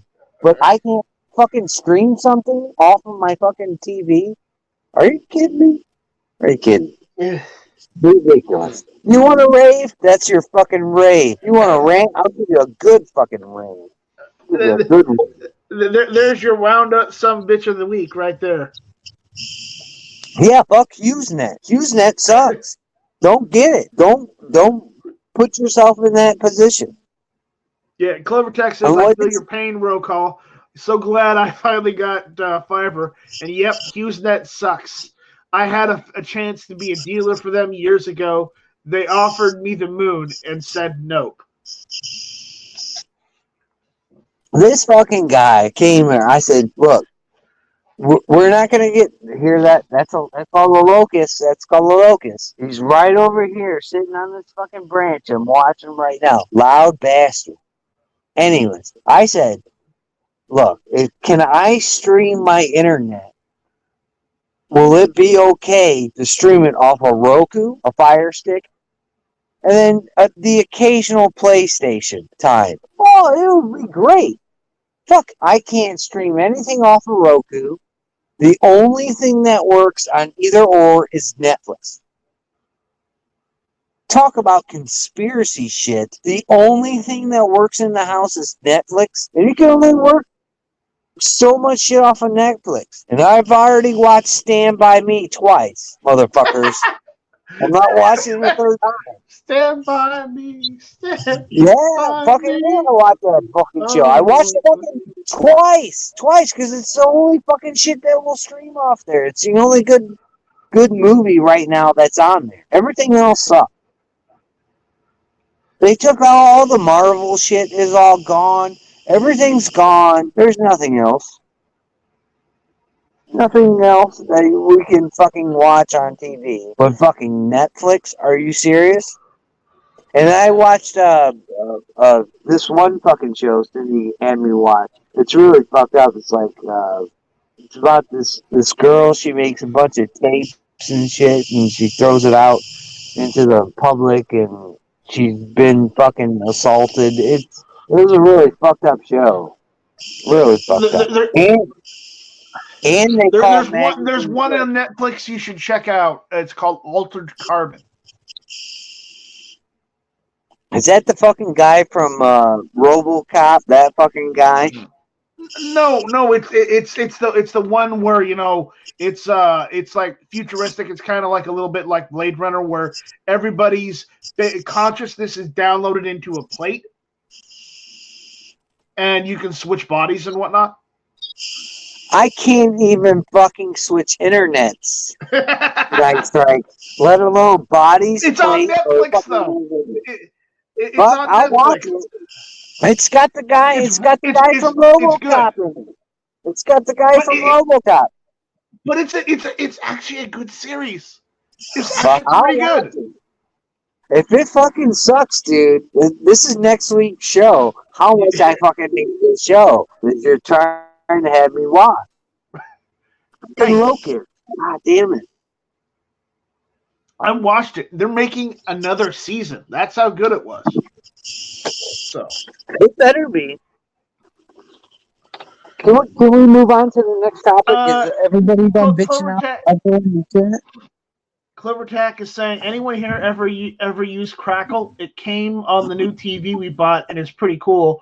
All sorts of movies, TV shows for free. Some good old stuff, old school stuff too. Yes, I use Crackle. I've got it on my Roku. The only thing I don't like about it are the ads, but again, it's for free, so you get ads. Yep, it's in the middle of the fucking show, man. That's the Right. only bad thing about Crackle. Right. But I mean, it'll work though. I don't know if they have it anymore, but at one point I got so bored I watched all of Robotech off of Crackle because it was on Crackle. Yeah, but yeah, you can watch a ton of shit off of Crackle, man. Crackle's cool. Again, they do have ads, and it gets annoying after a while. It gets annoying after a while. Especially if you're really into the show that you're watching. Or if you're trying to if you're trying to skip back to a position because you had to turn it off and you're trying to resume and it's not at the position you were at. Yep, watch the fucker all the way through, and if you don't, you're screwed. Yeah, it can be a pain in the ass. All right, so we're done with what I wanted to talk about and go over, and you had your rant about HughesNets. Where do you want to go from there? Let's talk about the rally in Michigan. Pros and cons. Get out of here, you fucking locust. Okay, so I'm gonna let you and Squib talk about that while I go use the restroom. All right. All right, you go pee. Is Squib still there, or what's he doing? Is Forklift guy still there? Forklift guy, you there? He might be working on something. He might be doing something. I'm here. He's sort of okay. Okay, Squib. We can talk about the rally now. So you and Rocco lock yourselves out. I'll be right back in like 5 minutes. So, there was a rally this past weekend in Michigan, or not Michigan, but Ohio, Columbus. We'll talk about the one in Michigan because I've seen a lot of stuff there that I really like in Michigan. There's one in Columbus, Ohio. Never been to Columbus. I don't know about Squib. He's a little bit older, so he's probably had a little bit more time on the road. But I've never been to Columbus, Ohio in my life. That was the first time I drove 5.5 hours. I don't know. I would say 5 hours just to be on the safe side. Cindy drove the whole way, so I'll give her the benefit of the doubt. But I've never been there. It was my first time. When we first got there, you'll see it in a video coming up. Soon as I'm walking up, Budget Guns and Gear is doing his speech. So I missed everything before that. So if Squid had anything before that, you can go ahead and put forth what before Budget jumped on stage. Because that's when I started walking up. What? Yeah, I've been to Columbus before, but the first time I ever went to downtown Columbus was at a rally there last year, the year before. Either or, it doesn't matter. But that's where I met Budget for the first time. I didn't even know who he was, and we met there. But there were some other people there that I knew, and it was a really big rally. I don't know if they drew in the crowd because Hickok 45 was there or not, because there were some people saying, "Who is this guy?" I mean, they were old timers, but they didn't watch the YouTubes. So the rally this past Saturday was much smaller as far as how many people were there, but people did show up. There were a lot of accidents on the road, and there was an Ohio State football game going on, so traffic was terrible getting down there, but once you got down there, it was fairly easy to park and get over to the Capitol building. I was able to park a lot closer than last time. I was there for Budget's whole speech. I recorded the whole thing. I thought it might not be a bad idea to record it just in case he had a camera problem, and he ended up having a camera problem. But I think he used Ohio Wolverines footage. No. Yeah, he had a. So if you watch his speech, he's got one angle, and then he's got another at the end. And I think that's Ohio Wolverines footage because he had his cell phone out and he was recording it as well. So we emailed him links to our footage, and he just he used the audio on mine was not that good, so he probably couldn't use mine. I don't know. I didn't listen to the whole 16 minutes of mine, but his speech was, I think, the best speech of anybody that day. I agree. He carried himself well. He raised his voice at certain points, not just to accentuate the word, maybe in the sentence or at the beginning of the sentence, but it also helped him talk over the lady with the bullhorn. Now, if you watch his YouTube video, you can hear that lady with the bullhorn, but if you were standing where I was, which was directly in front of him, she was not as loud in person. The mic picked it up, I think, more efficiently than the human ear. So he was able to keep her from talking over, and she was cussing him out. She was cussing him out, trying to just drown him out with her megaphone, and the PA system they had was just one single speaker, but it worked just fine. So I think he did great.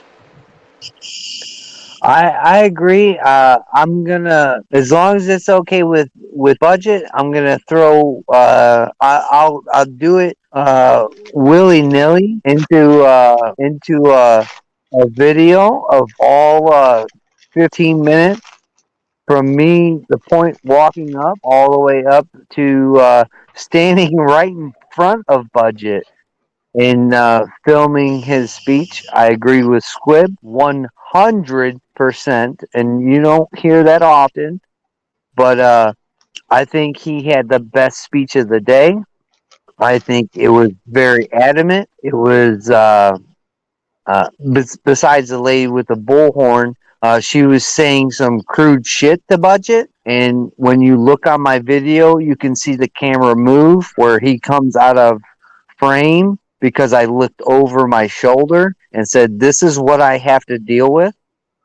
A foul-mouthed piece of crap person." And I thought his speech hit everything what that rally was supposed to mean. He put into the crowd. And there are some things I didn't agree when he said he's just a fat guy with a microphone and blah, blah, blah. I didn't agree with that. I think Budget has a lot of stuff to talk about, and he puts forth a lot of the effort, and he shouldn't put himself in that position because I think he gets it. He understands it, and I think that was the only thing I disagreed with his speech when he just said he was a guy that just looked onto YouTube.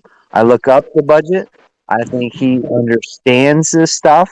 I think he's someone, if he ever has the time to make it to your rally, wherever it shall be, this is the guy you sign up, and this is the guy that you put in front of the people that are at that rally to inform them of information that goes on. And I agree with Squid. I think it was a great speech. I really do. Clovertack's going Yeah, to bed. Good night, Clovertack. We'll see you later, dude. I think you're right. I think he covered what that rally was about the red flag laws and all the ways that they're wrong. Some of the other people that went up there to speak went off topic. He stayed on topic, and I thought that was really important, especially for the message that's trying to be, made. At that one wasn't just 2A, but it was 2A with this, emphasis on the red flag laws. When you came up there, did you cross at the crosswalk or did you just walk across the street?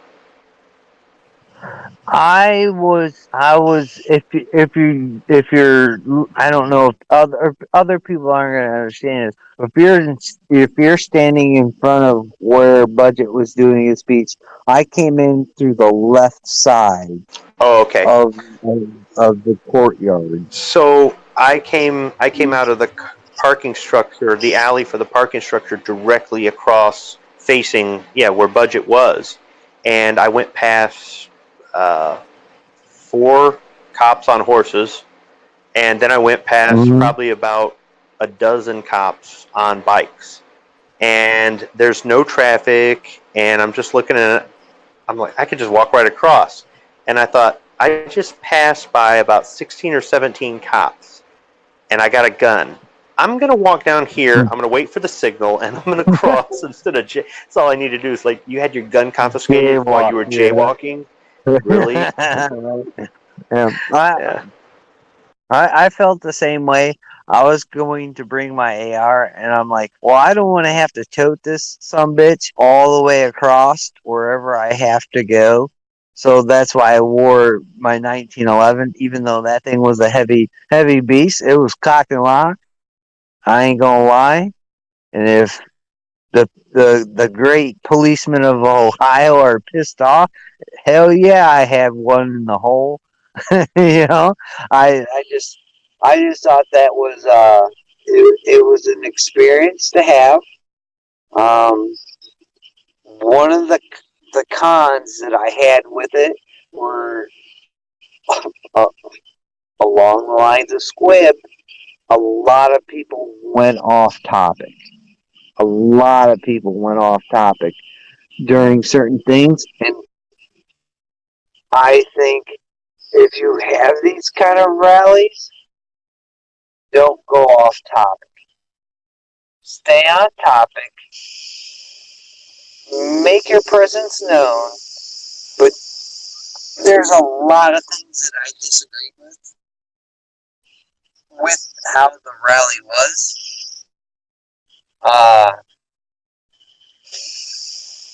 For instance, hold on.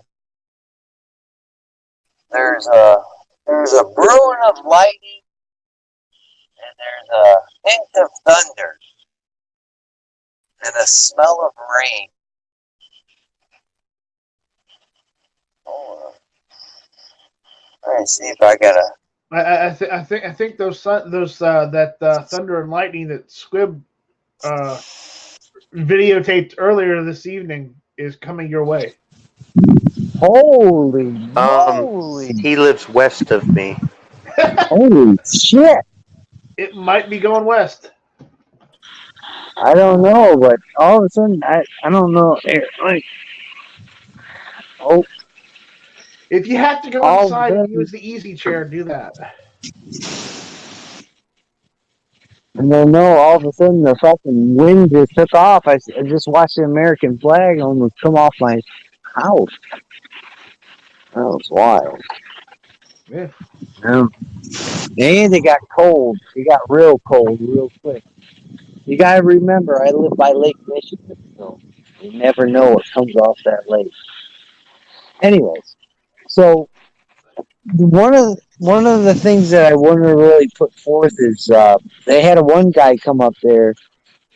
He was from the Ohio militia, and one of the things that I really didn't agree with what he said was uh, he wasn't going to comply.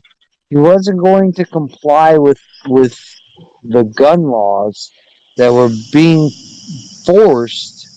Well, I shouldn't say forced. That were being implemented or trying to be implemented into Ohio. And when he said, and this is straight from the cat's mouth, he's like, I don't want to talk about red flag laws because we've already talked about them. I think that threw me off from his speech, and from that point on, I stopped recording. And I'm not gonna lie, because he went off topic.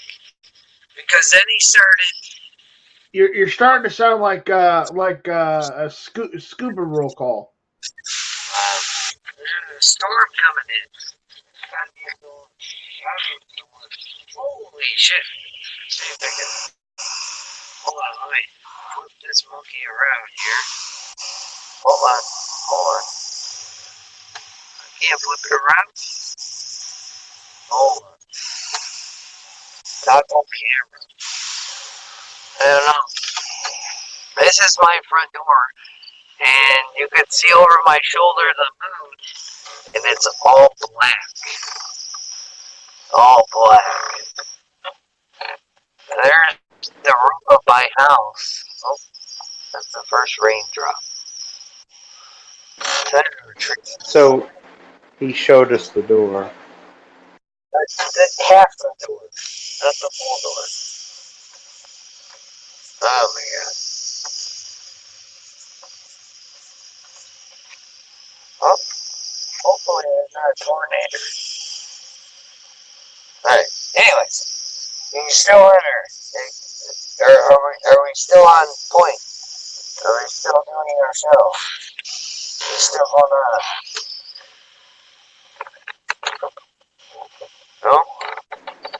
No? I'm still here. It's getting kind of dicey around here. But anyways, it was just the whole fact that this guy came up on stage. He said some things that I think were really off topic, and it kind of drowned out the whole message. And I think the letter they had written to arrest their congressman, I think was, I don't want to say over the top, but I don't think that's gonna work. And they passed out paper of what they had written down. I don't think they're gonna drag their congressman out in handcuffs, as they stated, for violating the Constitution. So I think there's a lot of off messages. Not right after budget, but towards there at the end.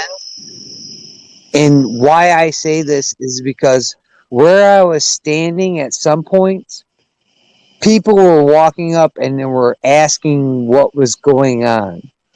Were they just blowing a lot of smoke out their ass? I wouldn't say blowing smoke out their ass, but grandstanding. I would say that. I would say they were grandstanding. And why I say that is because there's a lot of people like, what is this about? Like people just walking up, like out of nowhere. I'm standing there, and there's somebody that just walks up, hand in hand with their loved one. What is going on here?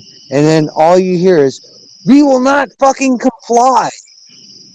Come and take this shit." Blah blah blah, and holding up their ARs and shit. I think that's that was about the time he says, and I'm telling you right now, if they wanna come get it, these law enforcement officers here, I understand that they're just following orders, but you're telling me that you're gonna turn away from your oath to the Constitution for a paycheck, and then he says the whole, you can come and take, and I'm thinking, dude, you're practically antagonizing the police. You're saying that, and don't get me wrong, I'm not saying that I want the cops to start going door to door, kicking in doors, confiscating. No, but the whole thing is, fortunately, news cameras weren't there, but that would be the part that would end up on the 6 o'clock news. Yep. We have to think about how we conduct ourselves. I was actually, because of that, on the way home, I was recording some voiceovers for Speaking Squibbish, where I was discussing conduct at a rally. I did a couple of them, and I just decided not to publish it, but I might. Maybe I'll dredge it up later and publish it. But there was some conduct there that I'm going to say I didn't approve of. However, at the end of it, when they wanted a group photo, I went up there and I stood with them, because like what you said earlier, Ro, we don't agree 100%, you and I. There are times where you and I butt heads and everything else, but we can come together and collaborate at certain times, not every time, but at certain times, because we have a common goal. We might be in this for different reasons. We might handle it different ways. We might have different opinions about this. We might have different opinions on things that are important to us outside of this. Maybe our politics aren't the same, whatever it is. But at the end of the day, when we really need to, we can come together. And I made a judgment call to say, I'll go up here, because I've taken these group photos before at other rallies. And afterward, I said, I don't know how I feel about that, because by standing up there for this photo, I'm saying I'm standing with these people. But on the other hand, there were some things that they said or did, some behavior that I don't approve of. And I'm like, well, yeah, but this wasn't about that. It's just being able to get along with somebody or say, all right, I understand you're coming at it from a different angle, but we both don't want to preserve the Second Amendment. Well, and not only that is after what Squid just said, they thanked the officers for being there. So not only did you threaten the officers in one form or fashion, you just thanked them for being there. So you have to pin your fine line somewhere and not do the things that you just said and then say, oh, well, they pointed out a certain officer that I guess everybody knew and say, thank him. But on the other back end of what your speech was like, well, things are going to turn bad for you. I don't understand that concept. And it kind of got me thinking, like, you know what? These are the kind of guys that I don't want to be associated with. Yeah, I would say that they are on the fringe in our community more so. But Budget he was calm, he was rational. Yeah, he had to raise his voice a few times, Common but sense. he was common. He conducted himself in a professional manner. He conducted himself all day long in a way I thought was better than anybody else that was up there. And I don't want to be totally bashing on these people, but I also don't want to be, just like everybody who's pro 2A is perfect. No. Like I said, at the end, I took the picture. If you see me in the picture, you say he must stand with all these people, and in a way, I do. But on another, I don't approve of it. It's just like sometimes there's things, in our closer community here, not just the 2A community as a whole, but the gun channels community stuff, where I don't necessarily jump in with other people on certain things. We're all individuals. We all have different things we do. I mean, I would have rather all the speakers that day had been like Budget. Really, I was there mostly to support him, but I had talked to two of these people. Well, so did you, Ro, on air, and we I guess I was under the impression that it wasn't going to be like that, and for somebody walking past who isn't pro-gun or anti-gun or whatever it's supposed to, this might give them a bad opinion. Or somebody new to the community, that's their very first rally, they show up and they go, this is what a gun rally is like. And I can tell you that Saturday wasn't a typical gun rally that I've been to. But I understand that some of these people, I'm just not going to agree with them all the time, but I understand. Yeah. I understand their point. I understand their point. I really do. And I'll bring up another thing that happened. When the anti people, all four of them, yes, there was only four, and one left, and then some other lady got on the bullhorn and was telling us that we had to. I'll produce that video too. That we had to have a $5,000 tax for every round that we shoot, or some shit she was saying. You can hear it on the video. I'd have to go back and reference it. I have it on tape. She was one of the only actual ones. If you talk about nutting up, that's the only one that nutted up. The other ones always were very vulgar. I mean... Oh, that was the one I tried to go talk to. Yeah, I know which one you're talking about. Yeah.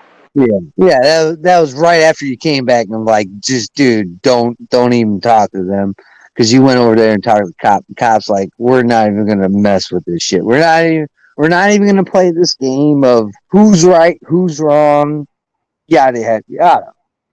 But when she tried to tell me, she pointed at me and she said, "Well, the blood's on your hands," and I'm like, "What blood? What blood is on my hands?" Because somebody took their life into their own hand and carried out something so nasty, so gross that it's my fault. Oh, if you can't hear the thunder, it's thundering. But and I guess they were called the Proud Boys. I don't know if you ever heard of those guys, the Proud Boys. But they came. Oh, I gotta go inside. It's starting to rain. Oh, yeah. But I gotta go in the house now. Pouring. But he after I was like, I tried to explain to this lady what blood is on my hands. You don't understand what you're talking about. It's not my fault that somebody goes out and commits an act of violence. He leaned over and said, "Don't talk to her. Don't try to communicate." And after he scolded pretty much, his friend was over there cussing and screaming. And I don't appreciate that. I'm here for you. I'm here for your cause. This isn't my state. I don't live here.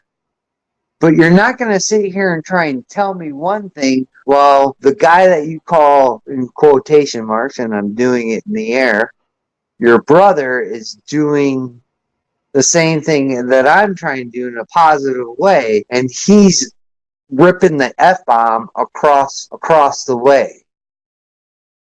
I think that's a very derogatory way to go across trying to ask her what her facts are and what she's screaming out about, about all kinds of things called gun violence. Again, I don't know what gun violence is. I've heard of it, but I don't think that actually exists. I think the Proud Boys need to be proud and understand that I have a 45 on my side and I can take care of myself. And my old lady has a gun on her. She can take care of herself too. And I don't need these guys to put their wings of hope around me. And I don't need to be cradled in this life. And some of these guys that were there tried to do that type of thing. And that's another thing that turned me off about this. And it's one of the things you have to look at these rallies. If you participate in them or you put them on, I don't want to try and bash these people, but these are kind of the people that you don't really want to walk up there and have talk on a microphone. These aren't the people that you want to try and separate. If you're going to, first of all, praise the police for being there, let them be the buffer. We don't need these people to be the buffer between us and anti-gunners. I think, at least myself, I can contain myself. As much as I rant and rave and scream and cuss on my channel or on this show, I can contain myself.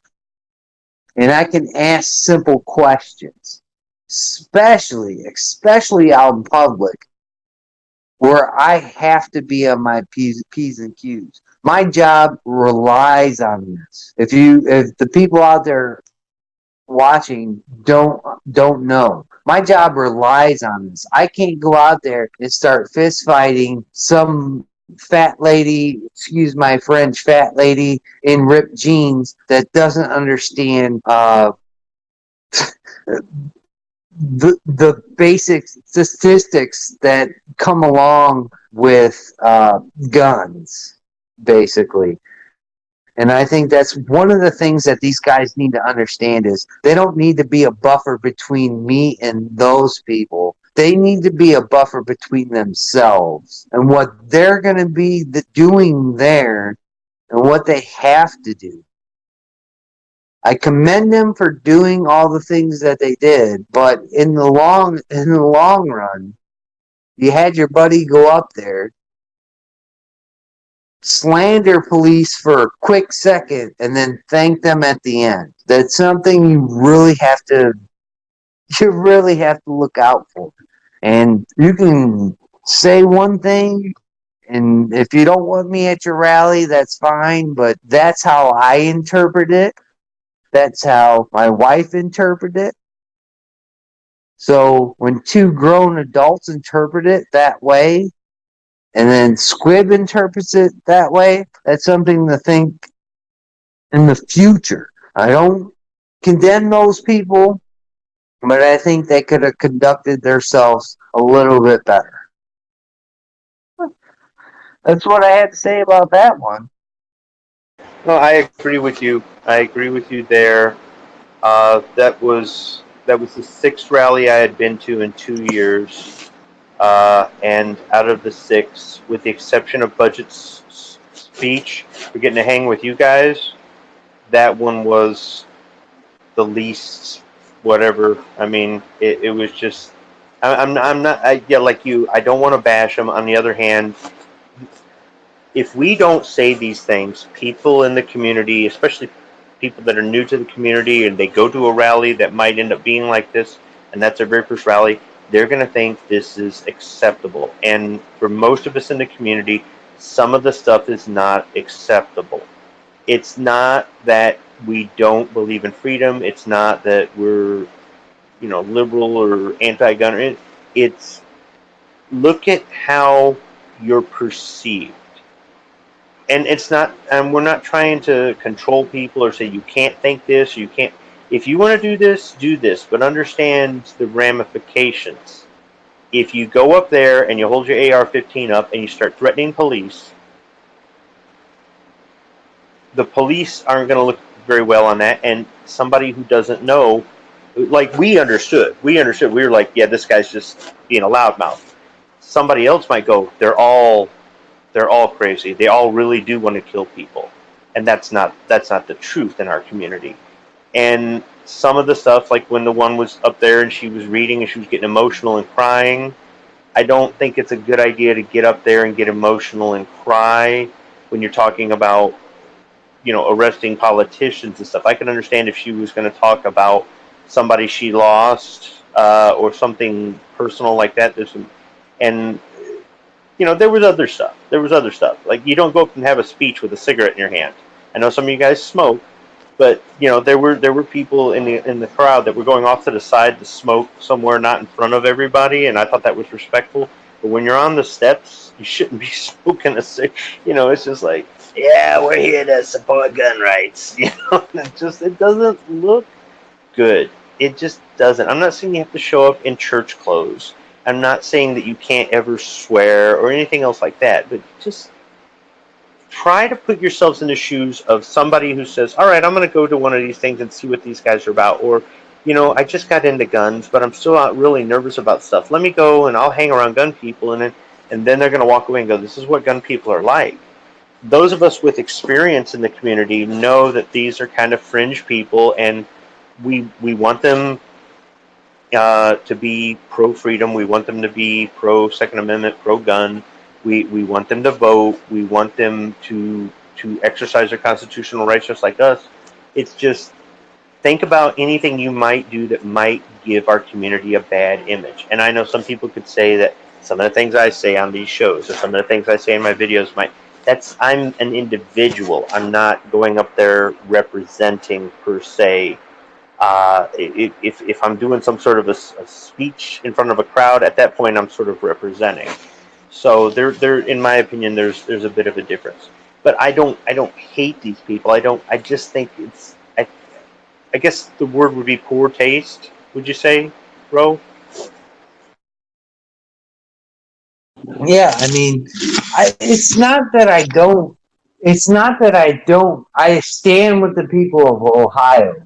I do not believe in red flag laws, but I think there's a certain balance that you have to take, and that's coming from me, and that's coming from someone that learned the hard way.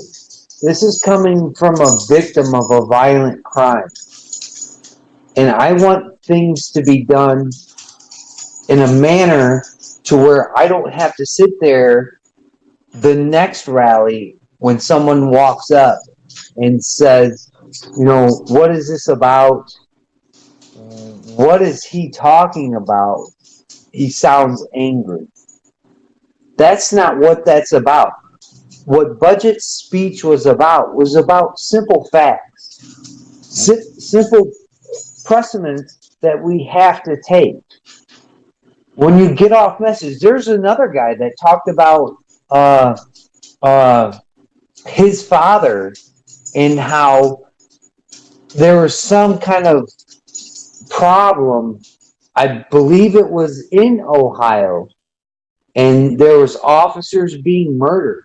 And he listened to it on his walkie-talkie or his scanner, and he went out there to go help his friends, and his friends didn't have enough firepower to counteract the people that were perpetrating that. And the citizens came out and gave the cops guns. Name the last time you ever heard that one. And this is coming from this guy that was at that rally. That is something to be taught. The last time I ever heard that was when that guy was up there at the University of Texas, that Whitman guy, who was at the 1960s, where he was shooting at people from the tower, shooting people in the courtyard.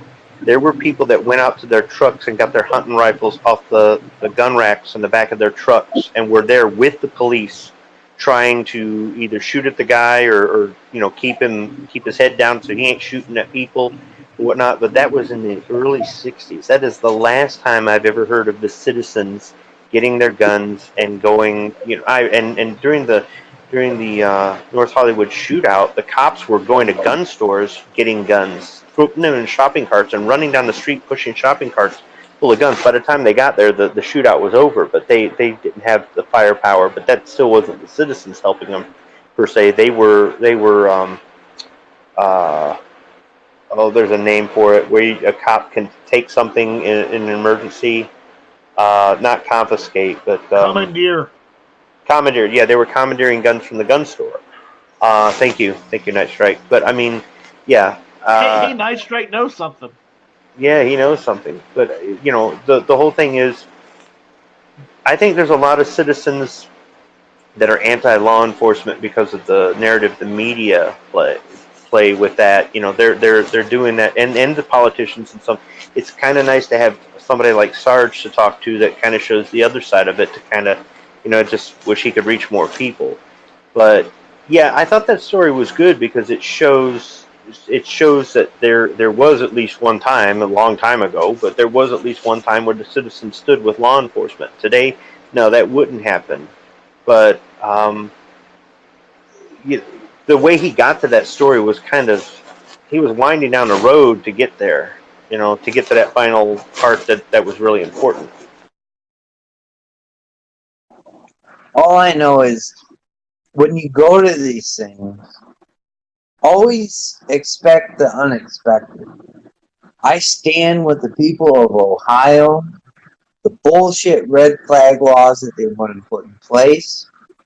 And I told the lady when she tried to hand me the paper about trying to get the congressman, DeWine, I think that's his name, DeWine, arrested.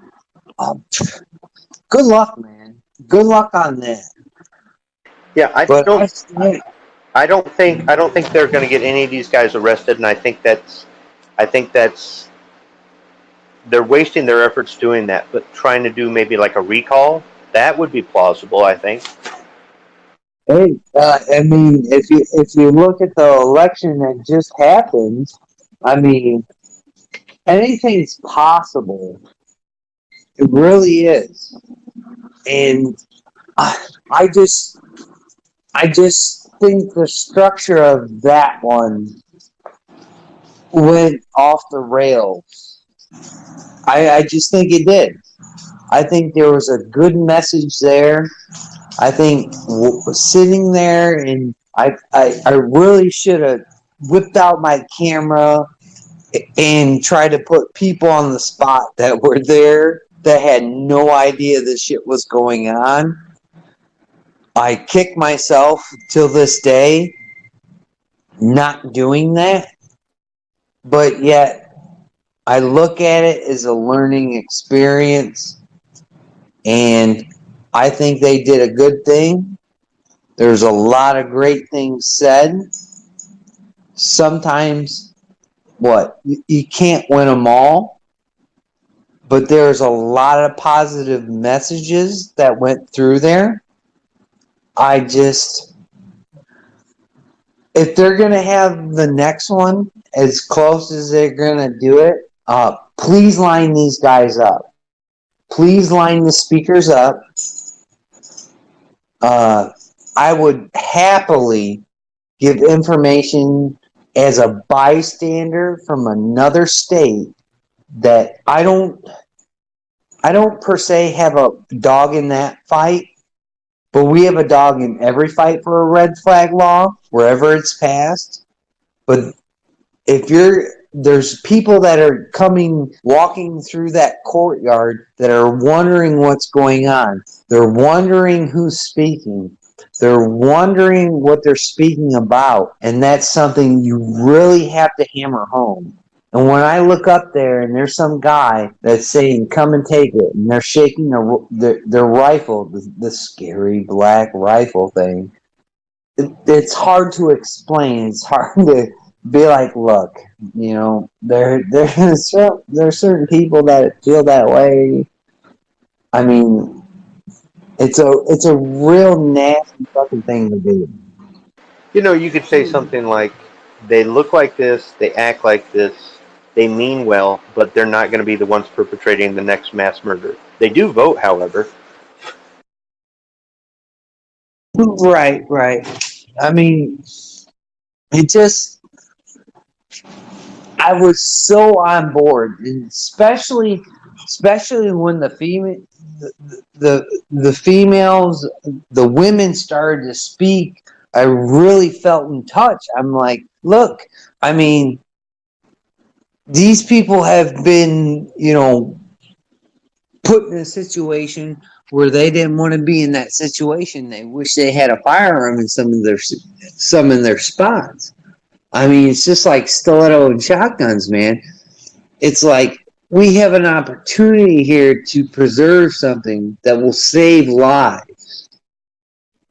But we have to send out the right message. It's all about the message. I mean, when you see people, again, that walk up and ask what's going on, and there's certain things being said that kind of, you just look at their facial expressions and their body language. I mean, it's almost like, damn it, dude, shut up. That's what I wanted to say. Damn it, dude, shut up. Let me explain what's going on in a state that these people are from. These people are from Ohio. I'm from Indiana.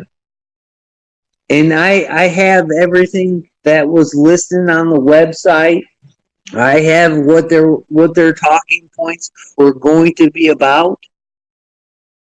But you gotta tone down rhetoric. You have to. And the hoo-ah from what they were doing And some of the rhetoric I didn't agree with. I don't agree with. That's not how I put myself into that position. I think that we're more.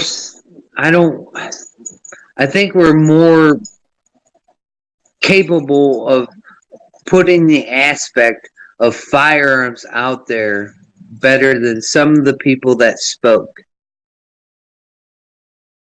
I stand with the people of Ohio, but you have to understand there were people in that crowd that had no idea what was going on, and some of the stuff made them turn their backs.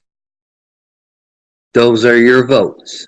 Those are your votes in your legislate aspect. Maybe that's something that you should do. Maybe that's something that you should consider. Budget was on point. It was all about red flag laws. It was all the good stuff that look, Scribs, he's got boxes. It was all about He's got boxes. He's got boxes. It was all about what was perceived to me what that rally was going to be. I think if it's going to go off the rails, you need to really shut that down. I had a great time in Ohio. And I ate dinner with some of the coolest people that I could ever eat dinner with. And I feel for them. I already have a red flag law in my state. And I would never wish that red flag law upon anybody else. As my dog's over here running around. I think the people of Ohio, whatever we said here tonight, look kind of past that. But understand, once this thing's in place, it's going to be put forth. And it's going to be a bad time.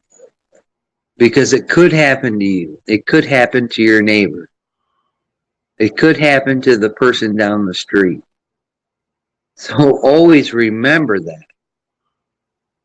Speak your mind, but be conscious of what you say. I was conscious of what I said. And I'll throw out all the shit that I recorded that day. I still got it. I'm just weeding through it. But I'll show you, those people weren't paid by Bloomberg. If I would have recorded the stuff that happened in Valpo, those people that got bussed in on buses with out-of-state tags, all the places that I couldn't park with all the people that parked out of state, that's what you're going to have to fear. You're not going to have to fear these 4 individuals, 5 because 1 left, and then they substituted it with the lady trying to tell me that I had to pay $5,000 a round. Yeah, I'll throw that video on there because that lady was an asshole. But the foul mouth that ensued, calling people the C word, and then through Budget's chat that he had, his little speech, that was even worse. And even when some of these other people, before we even got into the last bit of it, they were so rude, so belligerent. It was like, I can't even, and I think that's what they wanted to do. They were disruptors. And everybody was telling me, go talk to him, go talk to him. Why would I want to talk to these people? Everybody talks about talking to these anti-gunners. Well, I can't get anti-gunners to come on. I can't do this. Because you can't talk to these people. Because they don't want what we want. They don't want to talk. They don't want to be reasonable. They do not want to have a civil conversation. These are the kinds of people that are so far gone in their own demented little illusionary imaginary world that they cannot see or be reasoned with. These are the same people that have have a derangement syndrome because their president wasn't elected. These people you're not going to be able to reason with, or have a civil conversation with. It's just not going to happen. No, it's not, dude. And this is what I talk about. I understand people that want to make a dialogue. I understand it. The people that I saw this past weekend, I couldn't even be friends with them. I couldn't. There was nothing you can talk to them about. There's no reasoning. And this is what I say. There's a difference between what I saw last year to what I saw this week. I saw people that had a huge funding. Like they had to get a good meal from somewhere there. Because the people that I encountered last weekend were nowhere close to the people that I witnessed a year ago. And I'm telling you this. Go right now and go to Mac Military Arms channel and go look at his stuff. When he walked through that crowd that got busted, that's his hometown. I only live like 25 minutes from it, and I went to that one. You'd look at his video and say, well, where the hell were those people? Nah, nobody's concerned about them. These people showed up because they're assholes. But I'm telling you, it was a real eye-opening experience because you can't talk to those types of people. Those are the people that wanted something to happen, and guess what? It never happened. That's how I look at those people compared to the people that I've encountered all these anti-gun people. I mean, it's not my friends. It's not people that I associated, with in high school. These are people from out of state. These are people that I've never seen before. These are people that I've never congregated with. I've never gone to church with them. I've never gone to the gun range with these people in a great way, because these people just show up to do shit like this. And what they tried to do with budget speech is great because they never accomplished their goal. And I hope a lot of people go back and watch his chat or watch his speech that he threw on his channel, because that will enlighten you on what you're going to expect out of your home state of Ohio. I can't vote there. I can come there and carry and support you, but I can't vote there. It takes you to vote in your state. I could write 60 letters to those congressmen that they highly don't like there. But unfortunately, my words only carry so far. All right, roll call. I'm falling asleep. I think it's about time to wrap this one up.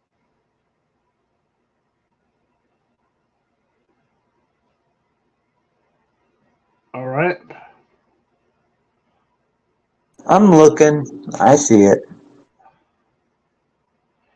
We've been going for a few hours now. I think it's a good stopping point because you guys went over the people you probably could have done without. You went over the speech. You talked about those antis. Anything else happen at the rally that we need to cover? Oh, wait. There's one other thing. Squib, you there? Yeah. I need you to answer this very important question. Okay, you ready for it? 42. No. Different question. How were the hot dogs there, and were they a sandwich?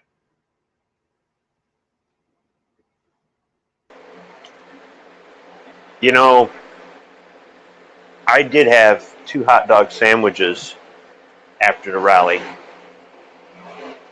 I went to Toledo and I went to Tony Paco's. And if anybody's a fan of MASH, you'll know what that is. They weren't too bad.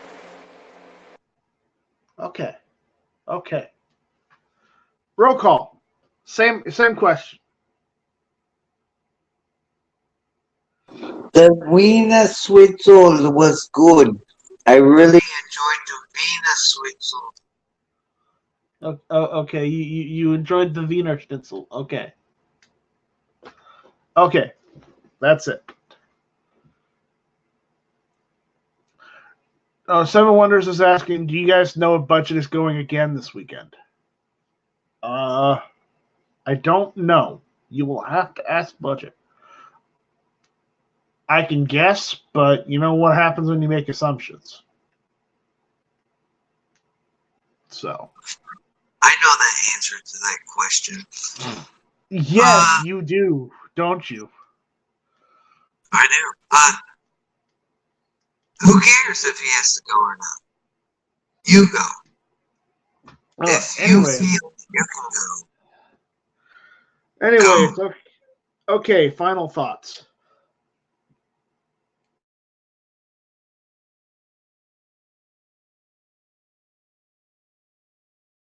Uh, 9/11 is over. It's 12:38 here in the great state of Indiana. Tomorrow's a new day. Take somebody shooting, somebody that's never done it before. Enjoy your day tomorrow, and I'll have a couple of videos coming out from that rally that are really good, that are, spot on. I like to thank Night Strike for helping me out on my HughesNet that can't divvy up my bullshit internet.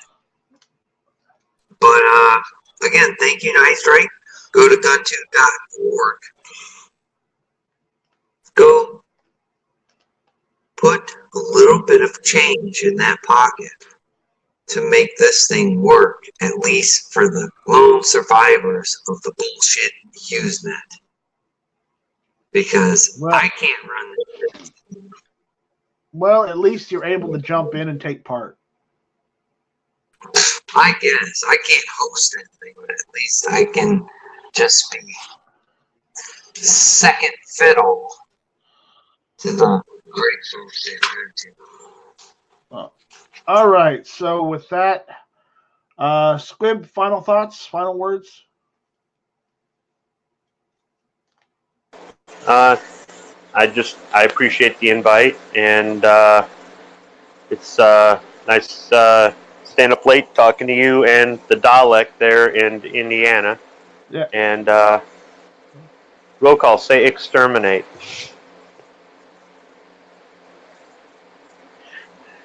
I can't see him. Okay. Wait. Roll call. Say delete. You might want to delete this one. He said it. He said it. He's totally sounded like a Cyberman right there. No, he sounds like a Dalek, not a Cyberman. But No. For those of you who've never been on a live show, on the other end, you can hear everybody fine and you sound fine and everything fine, but you have no idea if you're roboting or if you sound like you're in a tunnel or you're a Dalek or if you drop out or something like that. So sometimes when you're on these shows, it'll just do that, and you have no idea until you watch it on the playback, if you even do that. Most people don't. So otherwise, just thanks for the invite. Yeah. All right, guys. Check out GunTube.org.